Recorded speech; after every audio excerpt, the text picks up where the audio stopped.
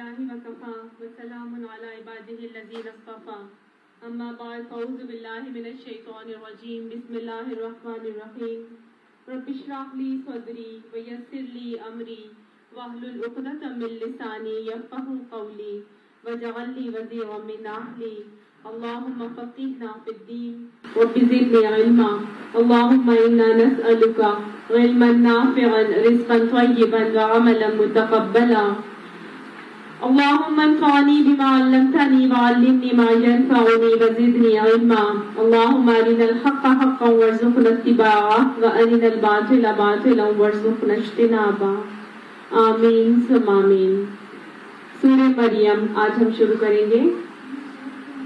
سورہ مریم مکی صورت ہے، اس میں 6 رکوعات اور 98 آیات ہیں۔ ترتیب کے اعتبار سے یہ 19ویں نمبر پر آنے والی صورت ہے اور نزولی اعتبار سے 44 نمبر پر آنے والی صورت ہے۔ اس کا نام مریم اس حوالے سے کہ اس کے اندر حضرت مریم علیہ السلام کا تذکرہ آیا ہے کہ وَاذْكُرْ فِي الْكِتَابِ مریم، کہ مریم کا ذکر کرو اس کتاب کے اندر۔ تو اس حوالے سے اس کا نام مریم رکھا گیا، لیکن اس میں صرف حضرت مریم ہی علیہ السلام کا تذکرہ نہیں ہے بلکہ اور بھی مختلف انبیاء کرام کا تذکرہ اس کے اندر آیا ہے۔ 3 انبیاء کرام کا تو حضرت مریم علیہ السلام کے ساتھ شروع میں ہی تذکرہ آیا ہے، جیسے حضرت زکریا علیہ السلام، حضرت یحییٰ علیہ السلام اور حضرت عیسیٰ علیہ السلام جو ایسوسیٹڈ تھے حضرت مریم علیہ السلام کے ساتھ۔ تو اس حوالے سے اس میں مختلف انبیاء کرام کا اللہ تعالیٰ نے اس میں ذکر کیا۔ یہ تینوں انبیاء حضرت مریم علیہ السلام کے ساتھ ریلیٹڈ تھے، رشتہ دار تھے حضرت مریم علیہ السلام کے۔ شروع میں ہی تذکرہ آتا ہے حضرت زکریا علیہ السلام کا، اس کے بعد ان کے بیٹے حضرت یحییٰ علیہ السلام اور پھر حضرت عیسیٰ علیہ السلام اور مریم علیہ السلام کا تذکرہ میں آئے گا۔ یہ مکی صورت کس دور میں نازل ہوئی تو ہمیں روایات سے پتہ چلتا ہے کہ یہ ہجرت حبشہ سے پہلے نازل ہو چکی تھی۔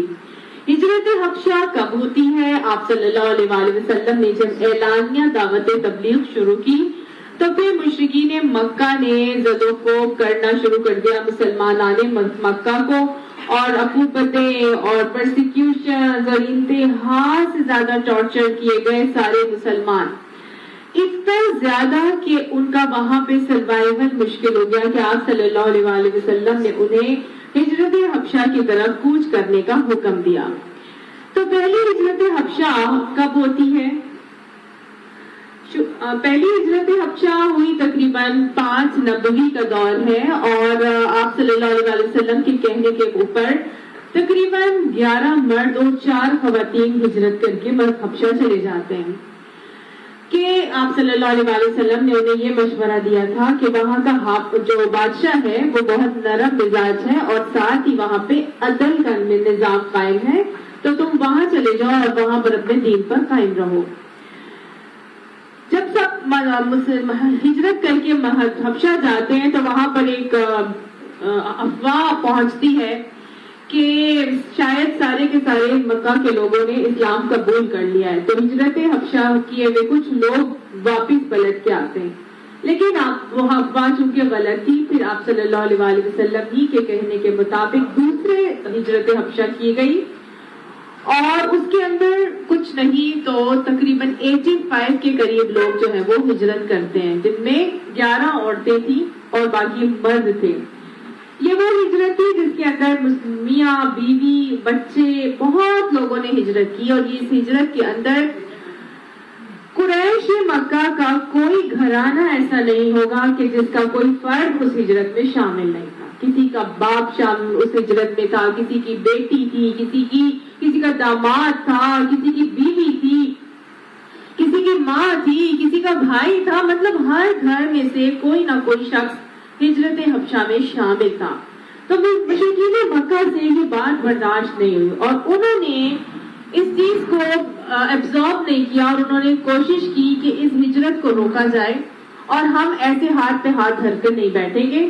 لہٰذا ان لوگوں نے عبداللہ بن ابی ربیہ اور عمرو بن عاص جو کہ انتہا سے زیادہ چرب زبان مشرکین مکہ تھے، ان کو ان کے پیچھے بھیجا اور کہا کہ جاؤ اور جا کے اپنے لوگوں کو واپس لے کر آؤ. یہ کیسے ان کی جرت ہوئی کہ یہ وہاں جا کے آرام سے دوسرے دین پر قائم ہو کے وہاں چلیں گے.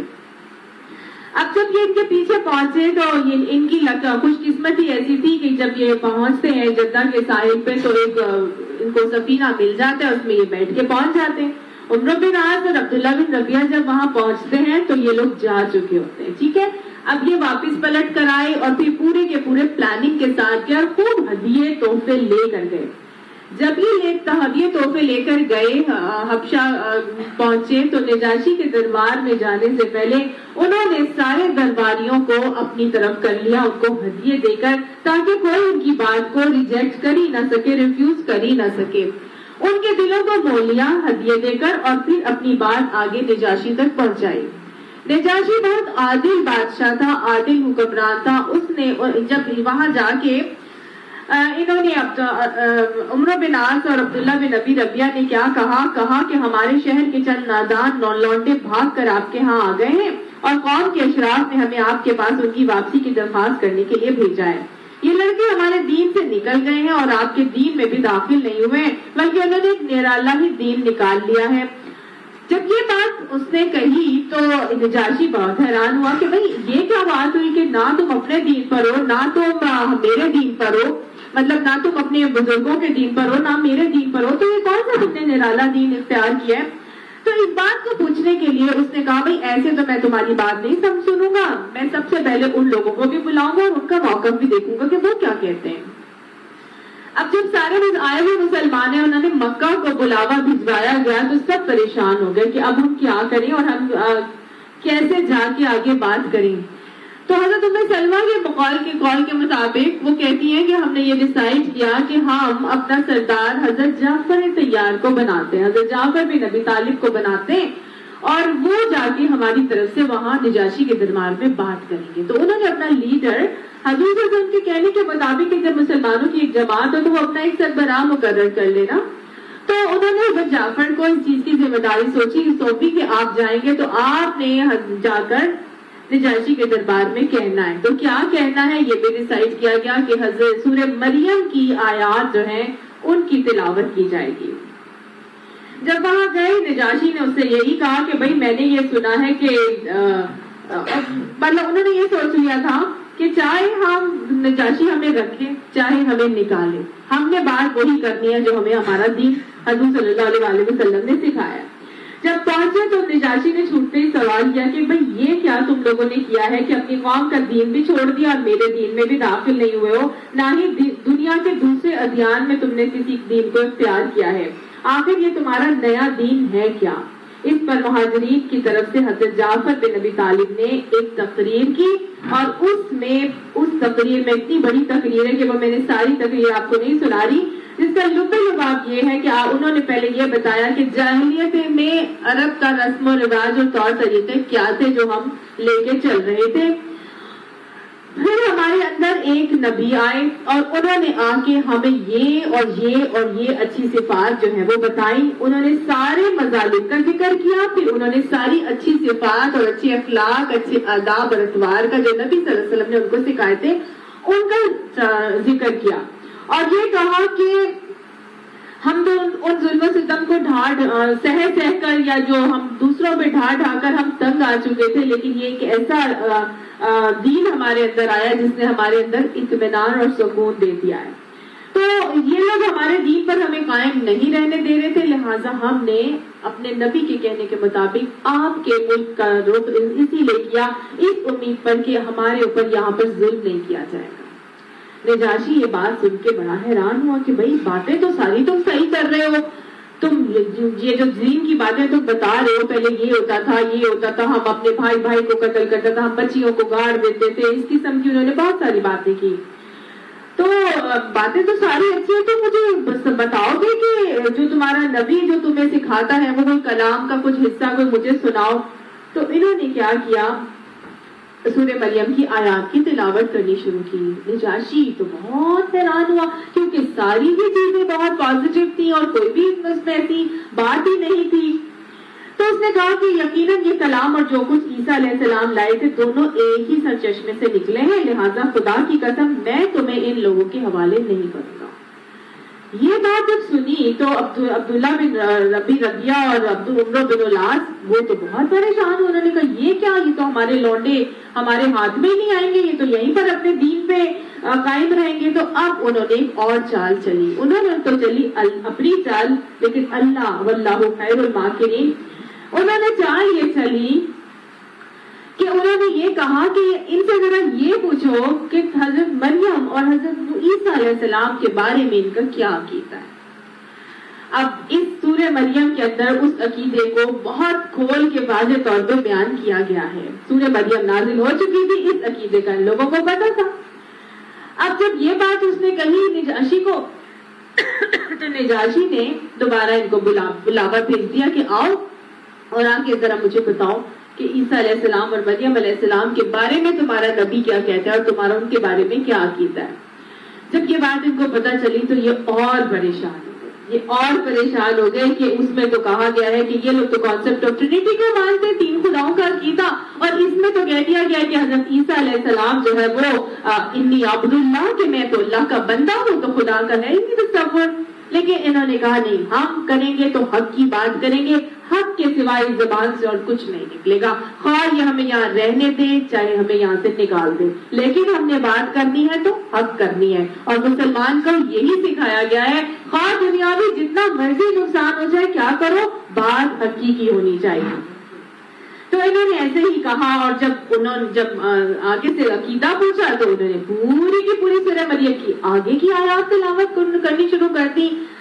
جب وہ پہنچا وہاں تک جہاں حضرت مریم علیہ السلام کی برات کا اظہار کیا گیا اور حضرت عیسیٰ علیہ السلام کے حوالے سے صحیح عقیدہ بتایا گیا، تو نجاشی سن کر اس کی آنکھوں سے آنسوؤں کی لڑی بہہ گئی اور اتنا رویا، اور جب وہاں تک پہنچے جہاں تک ہم آگے بتاؤں گی جب ہم پڑھیں گے، تو وہاں پر پہنچنے کے بعد اس نے تن کا زمین سے اٹھایا اور اس نے کہا کہ خدا کی قسم حضرت عیسیٰ علیہ السلام نہ اس سے زیادہ تھے اور نہ ہی اس سے کم تھے۔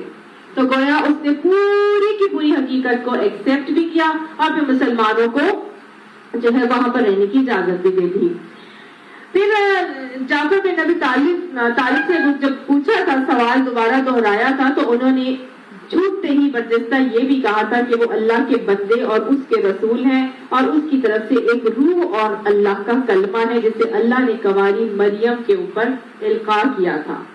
تو پھر یہ اٹھایا اس نے فنکا اور یہ کہا کہ اللہ کی قسم اس کے علاوہ کوئی نہیں، اور انہوں نے کہا کہ یہ سارے ہدیے تم لوگ کو مبارک ہو، تم لوگ یہ لے جاؤ، اور یہ تم مسلمانوں کو کہا کہ تم لوگ یہاں خوشی سے اور شوق سے رہ سکتے ہو، میں تم لوگوں کی رشوت نہیں لیتا۔ یہ بات کہ نجاشی مسلمان ہوا تھا یا نہیں تھا، تو آپ صلی اللہ علیہ وآلہ وسلم نے اس کی غائبانہ نماز جنازہ پڑھائی تھی۔ اس بات کا ثبوت ہے کہ وہ مسلمان ہو گیا تھا۔ آپ صلی اللہ علیہ وآلہ وسلم کے پاس وہ اس لیے نہیں گیا تھا کیونکہ یہ حکمران تھا اور بادشاہ اپنی حکومت کو چھوڑ کے اس طرح سے ابھی بالکل نئی نبوت تھی، تو حکمران اس طرح سے چھوڑ کے آپ صلی اللہ علیہ وسلم کی خدمت میں حاضر نہیں ہو سکے تھا وہ۔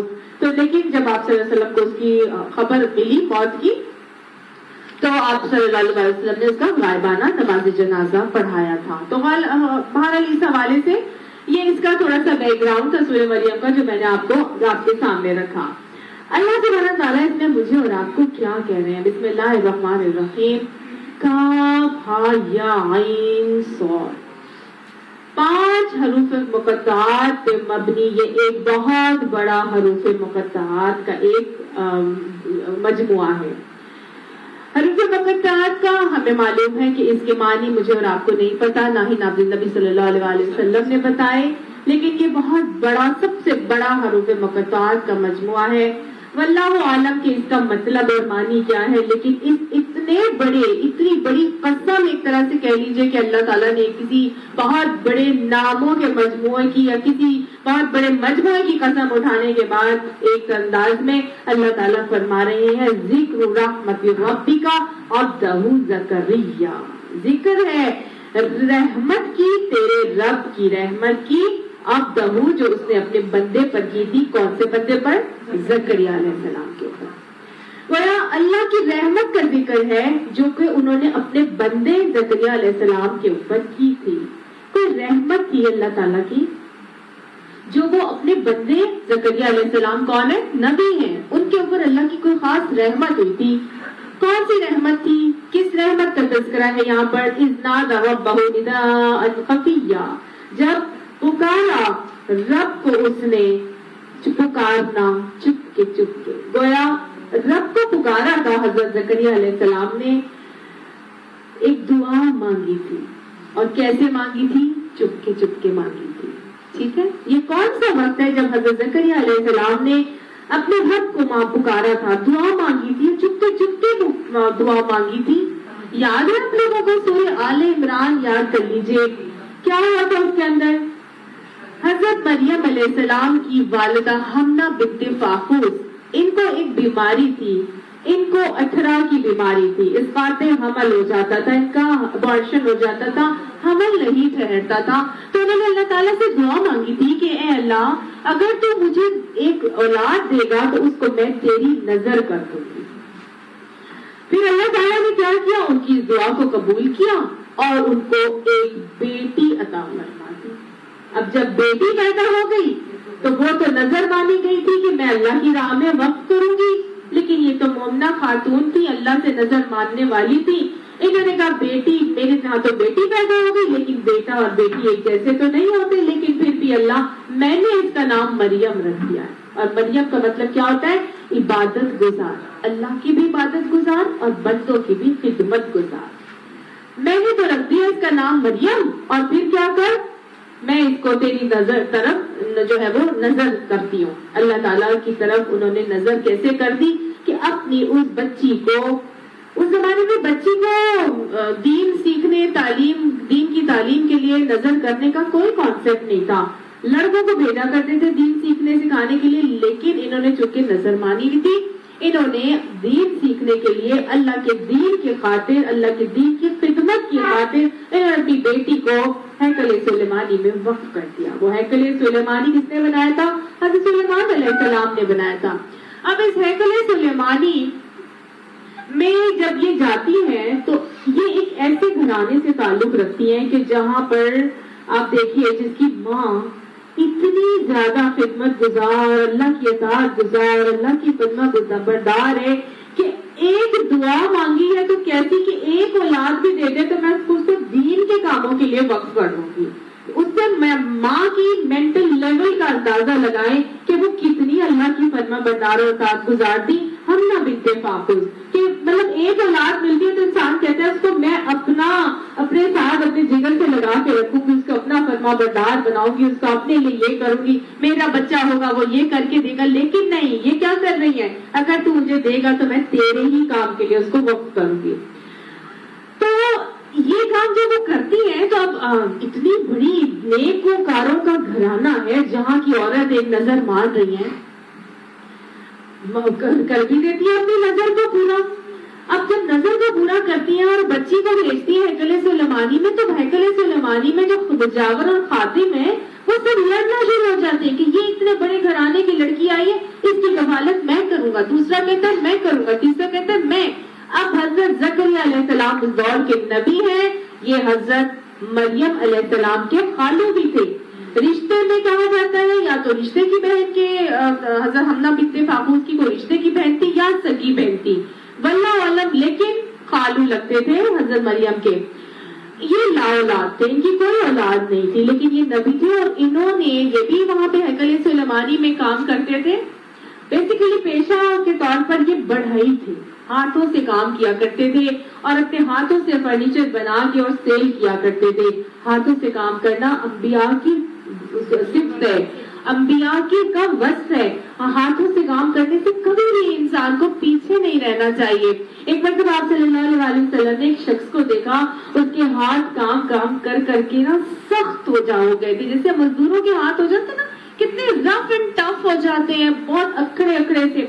تو آپ صلی اللہ علیہ وسلم نے ہاتھ پکڑ لیا اس کا اور اس کا کہا کہ یہ تمہارے ہاتھوں کو کیا ہوا ہے؟ تو اس نے کہا کہ یا رسول اللہ صلی اللہ علیہ وسلم, ان ہاتھوں سے مزدوری کر کے میں اپنے بچوں کے لیے روزی کما کے لے کے جاتا ہوں. آپ صلی اللہ علیہ وسلم نے اس کے ہاتھ پکڑ کے چوم لیا اور آپ نے فرمایا کہ جن لوگوں کے ہاتھ اب حلال رزق کمانے کے اوپر اس طرح کے ہو جاتے ہیں تو ان ہاتھوں کے اوپر جہنم کی آگ حرام ہو جاتی ہے. آج ہم اپنے ہاتھوں سے کام کرنے کو آر سمجھتے ہیں, عیب سمجھتے ہیں, جھجکتے ہیں, اور اپنا کام خود کرنے کو پتہ نہیں سمجھتے ہم بہت نیچے ہو جائیں گے. یہ انبیاء کی صفت ہے. انبیاء بھی جو ہے اپنے ہاتھوں سے کام کیا کرتے تھے.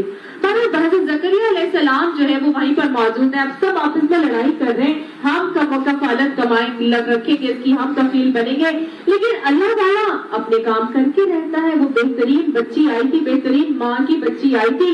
شیطان مردود سے حفاظت کے لیے اس ماں نے اس کی پیدائش میں دعائیں مانگی تھی. اللہ تعالیٰ کیسے ان کو غلط لوگوں کے ہاتھے چڑھا دیتا. ان لوگوں نے چال اپنی یہ چلی, انہوں نے کہا کہ بھائی ٹھیک ہے, جو اس کی کفالت لینا چاہتا ہے وہ اپنے اپنے قلم پھینکے اس کے اندر, اور جب قلم پانی کے رخ کے بہاؤ کے اگینسٹ چلے گا تو وہ اس مریم کا کفیل بنے گا. ساروں لوگوں نے اپنے اپنے قلم ڈالے نہر کے اندر, اور نہر کے پانی کے بہاؤ کے ساتھ ہی ظاہر ہے جس طرح پانی جا رہا ہوتا ہے ہر چیز اسی طرح بہتی ہے. لیکن حضرت زکریا علیہ السلام کو اللہ تعالیٰ نے کفالت دینی تھی. حضرت زکریا علیہ السلام کا قلم against the flow of water جو ہے وہ چلنے لگا, اور سب حیران ہو گئے. اللہ اپنا کام کر کے رہتا ہے, وہ محفوظ الفطرت, وہ سپر نیچرل طریقوں سے اپنے اسباب اور وسیلے بنا کے اور اپنے کام کر کے رہتا ہے. بہرحال کفالت جو ہے وہ حضرت زکریا علیہ السلام کے پاس آ جاتی ہے. اب باپ کی شفقت بھی ملی, پیار بھی ملا, کیونکہ ان کی اولاد ہی کوئی نہیں تھی, اور بہترین رشتہ خالو کی طرف سے ان کو ملتا ہے. صرف یہ he was the only person جو ان کے حجرے میں جا سکتے تھے جہاں پہ یہ گوشہ نشین تھی. ٹھیک ہے, یہ اس حجرے میں جا سکتے تھے, ان کے علاوہ اس حجرے میں اور کوئی بھی نہیں جا سکتا تھا. جب بھی اس حجرے میں جاتے تو دیکھتے کہ حضرت مریم علیہ السلام کے پاس بے موسم کے پھل پڑے ہیں, تو یہ بہت حیران ہوتے تھے اور یہ کہتے تھے کہ یہ مریم یہ تیرے پاس کہاں سے آیا ہے؟ تو وہ آگے سے کہتی تھی اللہ کے پاس سے آیا ہے. بے شک اللہ جسے چاہتا ہے بے حساب رزق دیتا ہے. سبحان اللہ. جب انہوں نے بار بار ایسے ہی دیکھا تو ان کے دل میں رشک آیا, اور ان کو یہ فیل ہوا کہ اللہ اتنا بڑا رب, اللہ کل شیء قدیر رب, جب ایک نیک اور پارسا بچی کو غیب کے خزانوں سے یہاں کوئی میرے علاوہ آتا نہیں, تو یہ اللہ ہی کی طرف سے آ رہا ہے کہ بے موسم کے پھل یا رزق اللہ اس کے لیے کچھ ادا کیے ہوئے. تو جب اللہ اتنی قدرت اور صفات کا مالک ہے تو اللہ مجھے بھی ایک ایسی اولاد عطا فرما دے, مجھے بھی اللہ ایسے کوئی نیک صالح پرہیزگار اولاد عطا فرما دے. اللہ کی صفات ان کے دل میں راسخ ہوئی, ایمان ان کے دل میں بڑھا. بچی کو نیکی کی حالت میں اللہ کے غیب کے خزانوں سے رزق ملتا ہوا فرما برداری کی حالت میں جب دیکھا تو ان کے دل میں رشک آیا, اور انہوں نے چھوٹتے کے ساتھ ہی اللہ تعالیٰ سے ایک دعا کر چھوڑی. ٹھیک ہے, اسی دعا کا یہاں پر ذکر اور تذکرہ کیا جا رہا ہے. رحمت کا ذکر کیا جا رہا ہے کہ تیرے رب کی رحمت جو اس نے اپنے بندے زکریا پر کی تھی. کون سی رحمت ہے یہ؟ انہوں نے تو دعا کی تھی نا, انہوں نے جب پکارا اپنے رب کو, لیکن انہوں نے تو دعا کی ہے, پکارا ہے. اللہ کی کون سی رحمت ہوئی تھی؟ اللہ کی رحمت یہ تھی کہ انہوں نے سب سے پہلے اللہ کی طرف رجوع کیا, اللہ کی ذات پر توکل کیا, اللہ کی قدرتوں کی معرفت اور پہچان ان کو ہوئی حاصل اسی ایک انسیڈنٹ کی وجہ سے. ان اللہ کی رحمت کیا تھی کہ جب فوراً پلٹے, جو اللہ تعالیٰ کسی پر رحمت برکاتا ہے تو اس کو دعا کی توفیق دے دیتا ہے. تو یہ اللہ کی ایک رحمت کا انداز تھا کہ ان کو دعا کی توفیق دے دی گئی, اور پھر اللہ کی مزید رحمت یہ کہ اس دعا کی قبولیت بھی کر دی گئی. یہ بھی اللہ تعالیٰ کی ایسی رحمت تھی. دعا ایسی ہے کہ جو لگتا تھا کہ قبول ہی نہیں ہو سکے گی, لیکن اللہ تعالیٰ نے ایسی رحمتیں کی کہ سب سے پہلے تو اپنا قرب دیا, اپنی معرفت دی, اپنی پہچان دی, اپنی ذات پہ توکل دیا, اپنی قدرت و شاہکار کے نمونے دکھا کے بصیرت کی آنکھ مزید اسٹرانگ کی, ایمان اسٹرانگ کیا. فوراً اللہ تعالیٰ کی طرف پلٹے اور اللہ تعالیٰ کی طرف انابت کر کے کیا کرتے ہیں, دعا مانگ چھوڑتے ہیں. اور دعا بھی اللہ تعالیٰ کی ایسی رحمت کہ وہ فوراً قبولیت کے درجے پر پہنچتی ہے. اب جب دعا اللہ تعالیٰ سے وہ مانگتے ہیں تو دعا مانگنے کا ایک ایک انداز و طریقہ یہاں پہ بتایا جا رہا ہے. ٹھیک ہے، نادا ربہ نداء خفیہ، جب پکارا اس نے اپنے رب کو پکارنا چپ کے. تو گویا دعا مانگنے کا انداز اور طریقہ جو قبولیت کے درجے پر پہنچا تھا وہ کیسا انداز تھا؟ چپ کے پکارنا. تو ادعوا ربکم تضرعا وخیفا، اپنے رب کو چپ کے گڑ گڑاتے ہوئے عاجزی کے ساتھ پکارو. یہ دعا مانگنے کے انداز اور طریقے جو اللہ تعالیٰ مجھے اور آپ کو قرآن پاک میں سکھاتا ہے. تو یہاں کیا انداز ہے ان کا؟ چپ کے. گویا جو دعائیں قبولیت کے درجوں پر پہنچتی ہیں وہ ہمیشہ کون سی ہوں گی؟ جو چپ کے رب کی ذات اور صفات کو مد نظر رکھتے ہوئے اور پکارا جاتا ہے اللہ تعالیٰ کی ذات کو. گا کے اونچی آواز میں یا چیخ کر دعائیں مانگنا جو ہے وہ اللہ تعالیٰ کو پسند نہیں ہے. چپ کے پکارنا اللہ تعالیٰ کو پسند ہے. کیوں؟ کیونکہ اللہ تعالیٰ فرماتا ہے نا، قال ربکم ادعونی استجب لکم، مجھے پکارو میں تمہاری پکار کا جواب دوں گا. اللہ حیا والا ہے، اس کو خالی ہاتھ لوٹاتے حیا آتی ہے، وہ ضرور جواب دیتا ہے. اللہ تعالیٰ فرماتا ہے وَإِذَا سَأَلَكَ عِبَادِي عَنِّي فَإِنِّي قَرِيبٌ، جب میرے بندے میرے بارے میں پوچھیں گے تو کہنا میں قریب ہوں، میں ان کے قریب ہوں. کتنا قریب ہے؟ شہرت سے زیادہ قریب ہے. اجیب دعوت الداعی اذا دعان، ہر پکارنے والے کی پکار پر جواب دیتا ہوں جب وہ مجھے پکارے. ٹھیک ہے، تو اس لیے چپ کے ہی پکارنا ہے. وہ ہماری شہرت کے زیادہ قریب ہے. وہ کہتے ہیں مجھے پکارو کہ میں تمہاری پکار کو سنوں گا بھی، جواب بھی دوں گا. تو اللہ سبحانہ تعالیٰ جو ہے وہ ضرور ہی دعا کو قبول کرتا ہے. لیکن یاد رکھیے گا دعا کی قبولیت کے 5 انداز ہوتے ہیں. کبھی کبھی تو اللہ تعالیٰ اسی وقت وہ چیز دے دیتا ہے جو ہم اسے مانگ رہے ہوتے ہیں. ٹھیک ہے، یہ وہ انداز ہے جس کو ہم کہتے ہیں دعا فوراً قبول ہو گئی. ٹھیک ہے، کبھی کبھار اللہ سبحانہ تعالیٰ دعا وہ ہماری ضرور قبول کرتا ہے. اس پہ یقین، توکل، وثوق ہونا چاہیے کہ اللہ سبحانہ تعالیٰ جو ہے ہماری دعا ضرور ہی قبول کرے گا. 5 انداز میں سے ایک انداز آپ کو بتایا جس کو ہم کہتے ہیں قبول ہو گئی، یعنی کہ جو مانگا تھا وہ فوراً مل گیا. لیکن 4 انداز اور بھی ہیں اللہ تعالیٰ کے. دعا وہ جو مانگ رہے تھے وہ تو ویسی اللہ تعالیٰ نے نہیں پوری کی، لیکن اس کے بجائے اللہ ہم سے زیادہ قریب ہے، اللہ ہم سے 70 ماہ سے زیادہ پیار کرنے والا ہے. وہ الودود ہے، وہ الحکیم ہے، وہ الخبیر ہے. وہ مجیب الدعوات تو ہے، لیکن اس کو پتا ہے کہ یہ جو مانگ رہا ہے یہ اس کے لیے صحیح نہیں ہے، یہ دے دوں اس کے بدلے میں وہ زیادہ اس کے لیے بہتر ہوگا. تو اللہ تعالیٰ وہ دے دیتا ہے جو ہمارے لیے بہتر ہوتا ہے. ٹھیک ہے، جو ہم مانگ رہے ہوتے ہیں وہ ہمارے لیے اچھا نہیں ہوتا، وہ دے دیتا ہے جو ہمارے لیے اچھا ہوتا ہے. تیسرا انداز قبولیت کا یہ ہے کہ اللہ سبحانہ تعالیٰ وہ بھی نہیں دیتا جو ہمارے لیے اچھا ہوتا ہے، اور وہ بھی نہیں دیتا جو ہم مانگ رہے ہوتے ہیں، بلکہ ہمیں کسی مصیبت اور پریشانی سے بچا لیتا ہے. مثال کے طور پر میں مانگ رہی ہوں اللہ میرے بیٹے کو بہت ہی اچھی سی پیاری سی بہو مطلب مجھے مل جائے، میرے بیٹے کو ڈاکٹر مل جائے لڑکی. اب اللہ تعالیٰ کو پتہ ہے میں مانگ رہی ہوں کہ میرے بچے کو جاب مل جائے، میرے بچے کو جاب مل جائے، بہت اچھی نوکری اس کو مل جائے. لیکن اللہ کو پتہ ہے کہ نہیں، ابھی نوکری ملنا بہتر نہیں ہے. مانگ رہی کیا ہوں؟ نوکری مانگ رہی ہوں، لڑکی مانگ رہی ہوں اس کے لیے. لیکن اللہ تعالیٰ کو معلوم ہے ابھی اس کے لیے نمازی بننا زیادہ بہتر ہے. تو اللہ تعالیٰ ہمارے بچے کو کیا کر دے گا؟ اس دعا کے بدلے میں وہ اس کو نمازی بنا دے گا. یعنی وہ چیز جو میں مانگ رہی ہوں وہ چیز ابھی اچھی نہیں ہے، وہ چیز جو اچھی تھی وہ دے دی اللہ تعالیٰ نے نمازی بنا دی. اب خطرے اور پریشانی سے کیسے بچایا؟ میں تو مانگ رہی تھی دعا اس کے لیے کہ جاب مل جائے، لیکن اللہ تعالیٰ کو پتا تھا کہ نہیں یہ ایکسیڈنٹ ہونے والا ہے اس کا. اللہ تعالیٰ اس دعا کی بدولت میرے بچے کو اس ایکسیڈنٹ سے بچا لے گا. لہٰذا دعا مانگتے رہے. جب بھی تو حضرت موسیٰ علیہ السلام کو اللہ تعالیٰ نے کہا تھا کہ اے موسیٰ آج سنبھل کے مجھ سے بات کرنا، کیونکہ آج تیرے لیے تیرے پیچھے تیری دعا مانگنے کے والی تیری ماں نہیں ہے.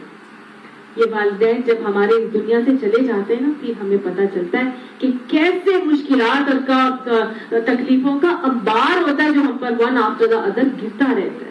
کہ ان کی دعائیں ہوتی ہیں جو ہمیں پروٹیکٹ کر رہی ہوتی ہیں مختلف تکلیفوں سے، پریشانیوں سے. ٹھیک ہے، وہ ہم مانگ کچھ اور رہے ہوتے ہیں اور اللہ تعالیٰ اس کے بدلے میں ہمیں دوسری تکلیفوں سے بچا رہا ہوتا ہے. تو دعا مانگنے میں کبھی بھی رکاوٹ نہیں ہونی چاہیے، پریشانی سے رک نہیں جانا چاہیے کہ بھئی میرا تو دعا ہی قبول نہیں ہو رہی. یہ تو دو چیزیں ہیں جو دنیا میں اللہ تعالیٰ ہمارے ساتھ کرتے ہیں، لیکن دو انداز قبولیت کے اور بھی ہیں جو اللہ تعالیٰ آخرت میں کرتے ہیں.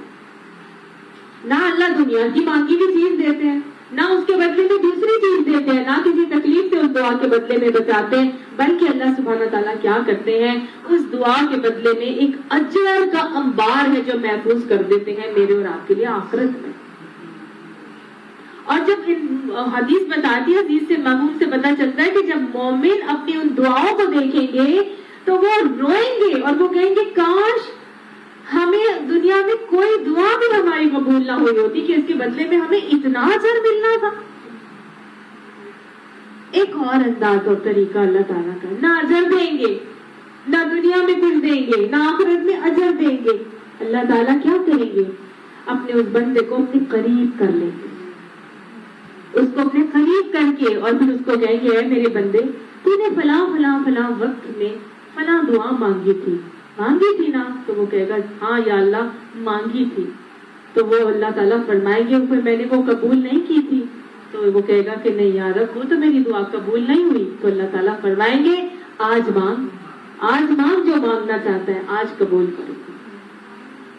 یہ دعا کی قبولیت کے انداز اور طریقے اللہ تعالیٰ کے. اللہ تعالیٰ ہمیں اپنے اوپر توکل کی توفیق عطا فرمائے. اللہ ہمیں کثرت سے دعائیں کرنے والا بنا دے اور اللہ ہماری دعاؤں کو قبولیت کے ان پانچوں ہی انداز میں ہماری دعاؤں کو قبولیت کے درجے عطا فرمائے.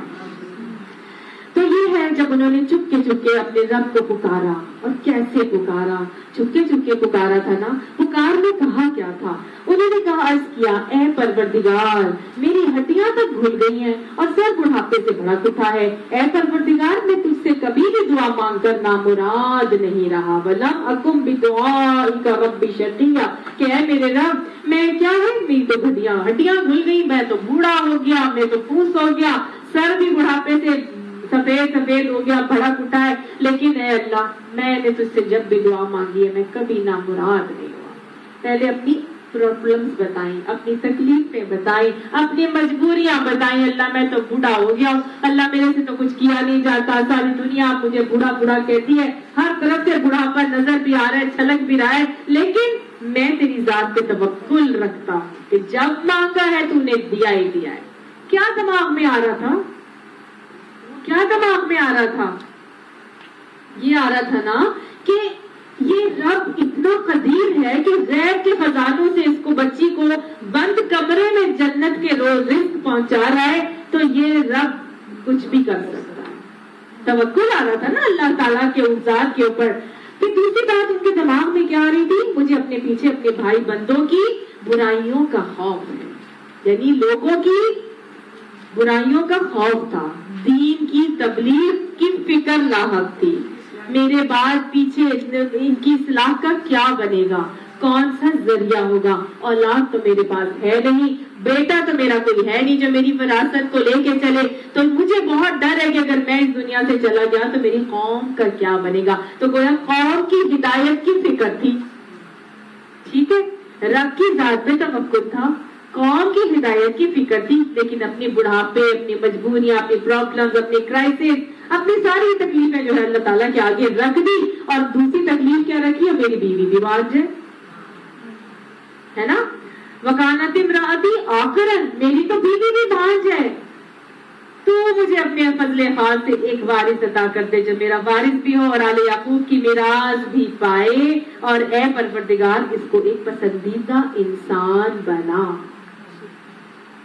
پرابلم بھی رکھ دی، اور ایسی پرابلم رکھنے کے بعد کہ بیوی بھی میری ماں ہے، میں بھی بوڑھا ہو گیا، لیکن میری فکر یہ ہے کہ میرے پیچھے لوگوں کی کیا ہوگا، اصلاح کیسے ہوگی، یہ لوگ ٹھیک کیسے ہوں گے، یہ تو برائیوں میں اور زیادہ بڑھ جائیں گے، تو میری تو وراثت کہاں جائے گی نبوت کی. تو اے اللہ تو مجھے ایک وارث دے دے، اپنے فضل خاص سے کوئی ایسا خاص فضل کر دے، مجھے ایک وارث عطا فرما دے جو میرا وارث بھی ہو اور آل یعقوب کی میراث بھی پائے، یعنی کہ وراثت نبی بھی پائے. اب نبیوں میں سے ہو، یعنی اتنی بہترین نبی کی دعا مانگ رہے ہیں.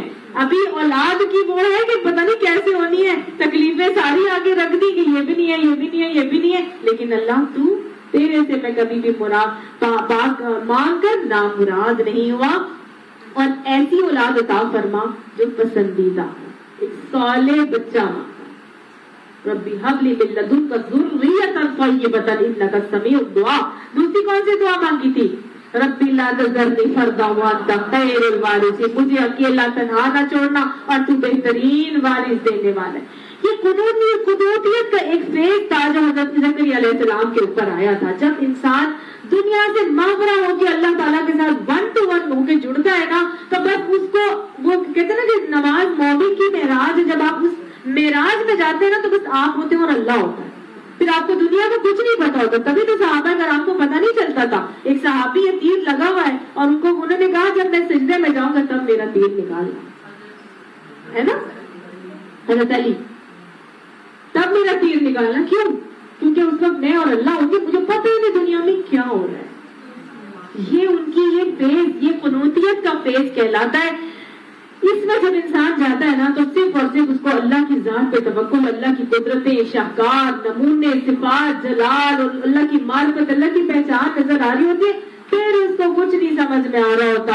انہوں نے چھٹ کر اللہ تعالیٰ سے دعا مانگی، اپنے محراب میں کھڑے نماز پڑھ رہے تھے. یہ ہمیں سورہ رحمان سے آل عمران سے پتا چلتا ہے کہ جب وہ کھڑا محراب میں نماز پڑھ رہا تھا.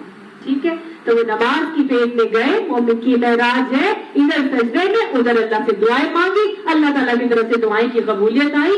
ایسے دعا قبول ہوئی، جواب آ گیا فوراً. اللہ تعالیٰ کی طرف سے دعا کی قبولیت ہوئی. اللہ تعالیٰ کی طرف سے جواب. دعاؤں میں جب یہ انداز ہوتے ہیں، جب یہ توقع سے یقین سے دعائیں مانگی جاتی ہیں. ایک باپ کی دعا ہے اپنی اولاد کے لیے ہے، ایک نبی کی دعا ہے اپنی امت کی صالحیت کے لیے ہے، ایک اللہ کے معرف کی دعا ہے اور اللہ تعالیٰ کی قدرتوں کی شاہکار اور پہچان کے اوپر ہے، اور اللہ تعالیٰ سے ایک چیز مانگی جا رہی ہے تو وہ تو بگڑی یوں بدل سکتا ہے. اس کا تو دل جو ہے وہ 2 ہاتھوں میں ہے، وہ چاہے تو یوں کر دے، چاہے تو یوں کر دے. وہ تو کن کہتا ہے تو یکن ہو جاتا ہے. تو جب ایسے یقین سے اور اللہ کے برہان اور دلیل کے ساتھ جب دعائیں کی جاتی ہیں تو اللہ تعالیٰ فوراً قبول کرتے ہیں. ایسی دعا قبول ہوئی کہ دعا ہی قبول نہیں ہوئی، دعا بھی قبول ہوئی، جواب بھی آ گیا. بیٹے کی بھی خوشخبری دے دی گئی، بیٹے کا نام بھی بتا دیا، بیٹے کی صفات بھی بتا دی اور تمام اس کی نبی ہونے کی خبر بھی دے دی. ساری چیزیں جو مانگی تھی سب کچھ کر دیا. بیوی کو بھی ٹھیک کر دیا. ان کے بڑھاپے میں بھی ان کو ایک بہت ہی نیک صالح اولاد عطا فرما دی. آج بوڑھا ہو کے کہاں کہتے کوئی تو بچ جاؤ. اب دیکھیے کیا ہوا. جواب دیا گیا کہ اے زکریا، ہم تجھے ایک لڑکے کی بشارت دیتے ہیں جس کا نام یحییٰ ہوگا. ہم نے اس نام کا کوئی آدمی اس سے پہلے پیدا نہیں کیا ہے. اللہ تعالیٰ نے بیٹے کا نام بھی بتا دی، بیٹے کی خوشخبری دے کے اس کا نام بھی بتا دیا، اور وہ نام جو اس سے پہلے کسی کا نام نہیں تھا. یحییٰ کا مطلب ہوتا ہے زندہ اور جاوید، ہے نا. تو یہ وہ نام تھا جو اس سے پہلے اور کسی کا بھی رکھا نہیں گیا تھا. اب جب جیسے ہی کسی نے 3rd پرسن نے بیچ میں آ کے بولا کہ بھائی اللہ کی طرف سے جو خوشخبری آئی تھی وہ کس نے دی ہوگی؟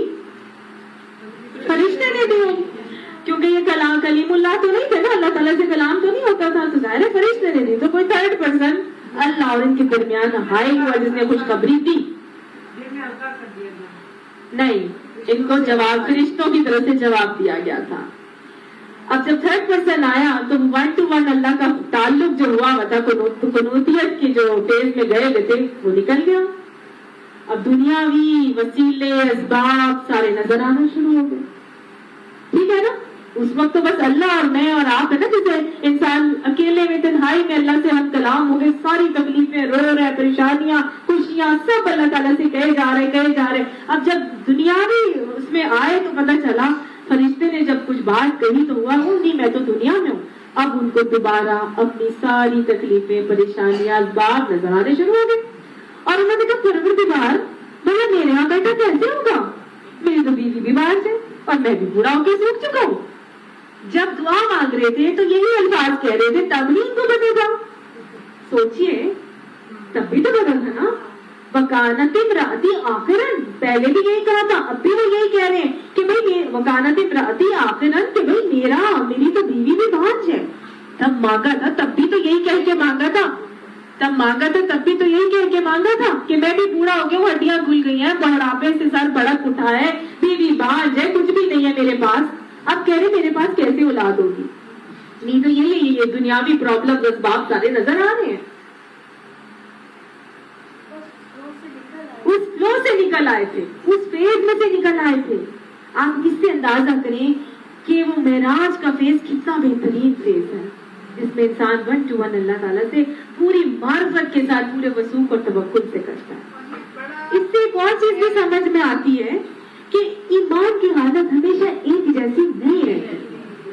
جب نبیوں کی ایمان کی حالت ڈگمگا رہی ہے, ظاہر ہے اس فیز میں جائیں گے تو ایمان کچھ اور ہوگا. کبھی کبھی دعا مانگتے ہوئے بہت مہنگ ہو جاتے ہیں نا, اور کبھی کبھی اوپر اوپر کی دعا ہو جاتی ہے.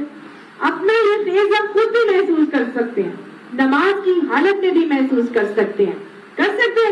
تو بس یہ جب ایمان کی حالت ہے نا, تو اسی طرح تو آئے تھے ایک نبی صلی اللہ علیہ وسلم کے صحابی حضرت حنظلہ, نافقہ حنظلہ کہ حنظلہ تو منافق ہو گیا. کیا ہو گیا بھائی؟ جو نبی صلی اللہ علیہ وسلم کی محفل میں ہماری حالت ہوتی ہے وہ تو گھر جا کے ویسی نہیں ہوتی. تو صحابہ نے جب نبی صلی اللہ علیہ وسلم کو جا کے یہ بات ذکر کی تو پھر آپ نے کیا فرمایا تھا؟ یہی کہا تھا نا کہ ہاں ایمان کی حالت تو گھٹتی بڑھتی رہتی ہے. اگر وہی حالت تمہاری جو میری محفل میں ہوتی ہے وہی اگر گھر میں بھی ہو تو پھر فرشتے تمہارے بستروں پر تم سے مسافہ کریں. تو نبیوں کی فیز ایمان کی چینج ہو جاتے ہیں, تو میرے اور آپ کے ہونا تو این جو ہے وہ انسانی ایک تقاضا اور بشری کمزوری کا معاملہ ہے. لیکن اس کا مطلب یہ نہیں ہے کہ ہم اللہ اس فیز میں جانا چھوڑ دیں. اس فیز کو کوشش کریں, اس کو اڈاپٹ کرنے کی, اس کو اختیار کرنے کی, اس قنوتیت کی حالت میں جانے کی. اور تنہائی میں جب اللہ تعالیٰ کے حضور سجدہ ریز ہو کے انسان اللہ تعالیٰ سے مانگتا ہے تو پھر ایسی حالت بہت جلدی بن جاتی ہے. اور انہی لوگوں کی بنتی ہے جو اٹھتے بیٹھتے چلتے پھرتے اپنی زبانوں کو ذکر الہی سے تر رکھتے ہیں. جب ان کو معلوم ہوتا ہے کہ اللہ بیٹھا ہے, اللہ دیکھ رہا ہے, اللہ نے یہ کیا ہے, اللہ نے یہ, اللہ کی یہاں بھی صفت نظر آ رہی ہے, اللہ کی یہاں بھی صفات نظر آ رہی ہے, ہر جگہ جب وہ اللہ کو ڈھونڈ رہے ہوتے ہیں اور اللہ کو محسوس کر رہے ہوتے ہیں, تو جس وقت وہ تہجد کے ٹائم میں اللہ تعالیٰ سے کلام ہوتے ہیں تو پھر اس ٹائم میں اس فیز میں آنے میں دیر نہیں لگتی. ٹھیک ہے. تو اب جب انہوں نے یہ ساری تکلیفیں بتا دی تو عرض کیا پروردگار بھلا میرے ہاں بیٹا کیسے ہوگا جبکہ میری بیوی بھی باز ہے, میں بوڑھا ہو کر سوکھ چکا ہوں. جناب نے کہا ایسا ہی ہوگا. تیرا رب فرماتا ہے کہ یہ تو میرے لیے ایک ذرا سی بات ہے, آگے اس سے پہلے میں تجھے بھی تو پیدا کر چکا ہوں جبکہ تو کچھ چیز نہ تھا. یعنی تو جب کچھ نہیں تھا جب تجھے پیدا کر چکا ہوں, تو بھی تو دنیا میں آنے سے پہلے کچھ بھی نہیں تھا نا. کیا تھے؟ ہاں ایک بہتا ہوا گندا پانی, اور اس میں سے میں نطفہ, ایک نطفے سے ہم پیدا ہوئے, ہے کہ نہیں؟ تو بس اللہ تعالیٰ نے جب مجھے آپ کو بنا دیا تو پھر دوسرے انسان کو دنیا میں لے کے آنا اللہ تعالیٰ کہتا ہے میرے لیے یہ کوئی مشکل کام نہیں ہے. تو زکریا علیہ السلام نے کہا پروردگار میرے لیے پھر کوئی نشانی مقرر فرما دیجیے. پھر آپ اگر یہ بات کہہ رہے ہیں تو صحیح ہے, ٹھیک ہے, میں آپ کی بات کو مانتا ہوں, لیکن کوئی نشانی مقرر فرما دے. جب تو اللہ تعالیٰ نے ان کو ایک نشانی بتائی اور اللہ نے فرمایا تیرے لیے نشانی یہ ہے کہ ایک فرشتہ کہہ رہا ہے کہ تو 3 دن لوگوں سے بات نہ کر سکے گا یا نہ کرے گا. وہ ان کو زبان بندی کا حکم دے دیا تھا. اس زمانے کی شریعت میں چپ کا روزہ رکھا جاتا تھا, خاموش ہو جاتے تھے, بات نہیں کرتے تھے کسی سے بھی, تو یہ ان کے روزے کی ایک طریقہ تھا. اس سے ہمیں پتہ یہ چل رہا ہے کہ جب بھی کوئی نعمت ملے, کوئی خوشخبری ملے, تو بدنی عبادت کا تصور مل رہا ہے. ٹھیک ہے, شکرانے کے نوافل, شکرانے کے روزے کا کانسیپٹ یہاں پہ ہمیں مل رہا ہے, اور یہ ہماری شریعت میں بھی اسی طرح ہے. اللہ تعالیٰ نے قرآن میں ہمیں بتایا نا فَسَبِّحْ بِحَمْدِ رَبِّكَ وَاسْتَغْفِرْهُ, بس اپنے رب کی بہت زیادہ تسبیح کرو. کب؟ اِذَا جَاءَ نَصْرُ اللَّهِ وَالْفَتْحُ, ہے نا. اور جب اِنَّا أَعْطَيْنَاكَ الْكَوْثَرَ, جب تمہیں بہت خیر کثیر نعمتوں پہ نعمتیں عطا فرما دے تو کیا کرو؟ فَصَلِّ لِرَبِّكَ وَانْحَرْ, اپنے رب کے لیے نماز پڑھو. تو گویا بدنی عبادات کا تصور نماز میں اور دوسری صورت کے حوالے سے, روزے کے حوالے سے مجھے اور آپ کو تصور مل رہا ہے کہ اللہ تعالیٰ کی بے پناہ تسبیح بھی کریں, اور ہم نماز روزہ وغیرہ سے اس کو شکرانے کے طور پر بھی ہم اس کو کر سکتے ہیں. اب جب انہوں نے بھی اسی طرح باہر نکلے تو چنانچہ وہ محراب سے نکل کر اپنی قوم کے سامنے آیا اور اس نے اشارے سے ان کو ہدایت کی. کیا ہدایت کی؟ کہ میں روزے سے ہوں. کیا ہدایت کی؟ کہ مجھے خوشخبری مل گئی ہے, میرا بیٹا پیدا ہوگا, اس کا نام یحییٰ ہوگا. کیا ہدایت کی ہوگی انہوں نے کہا کہ صبح و شام اللہ کی تسبیح کرو. گویا نعمتیں جب مل جائیں تو اس کی خواہ تشہیر نہیں کرنی چاہیے. بلکہ کیا کرنا چاہیے؟ اللہ کا شکر، اللہ کی تسبیح اور تعریف پہلے سے زیادہ بڑھ کے کرنی چاہیے۔ یہی مجھے اور آپ کو ہمارا دین سکھاتا ہے، فَسَبِّحْ بِحَمْدِكَ رَبِّكَ، بہت زیادہ تسبیح اور تعریف اپنے رب کی کر لیا کرو۔ انہوں نے بھی وہی اشارہ کیا کہ تم اللہ تعالیٰ کی تسبیح جو ہے وہ شروع کر دو۔ اے یحییٰ کتاب الہی کو مضبوط تھام لے۔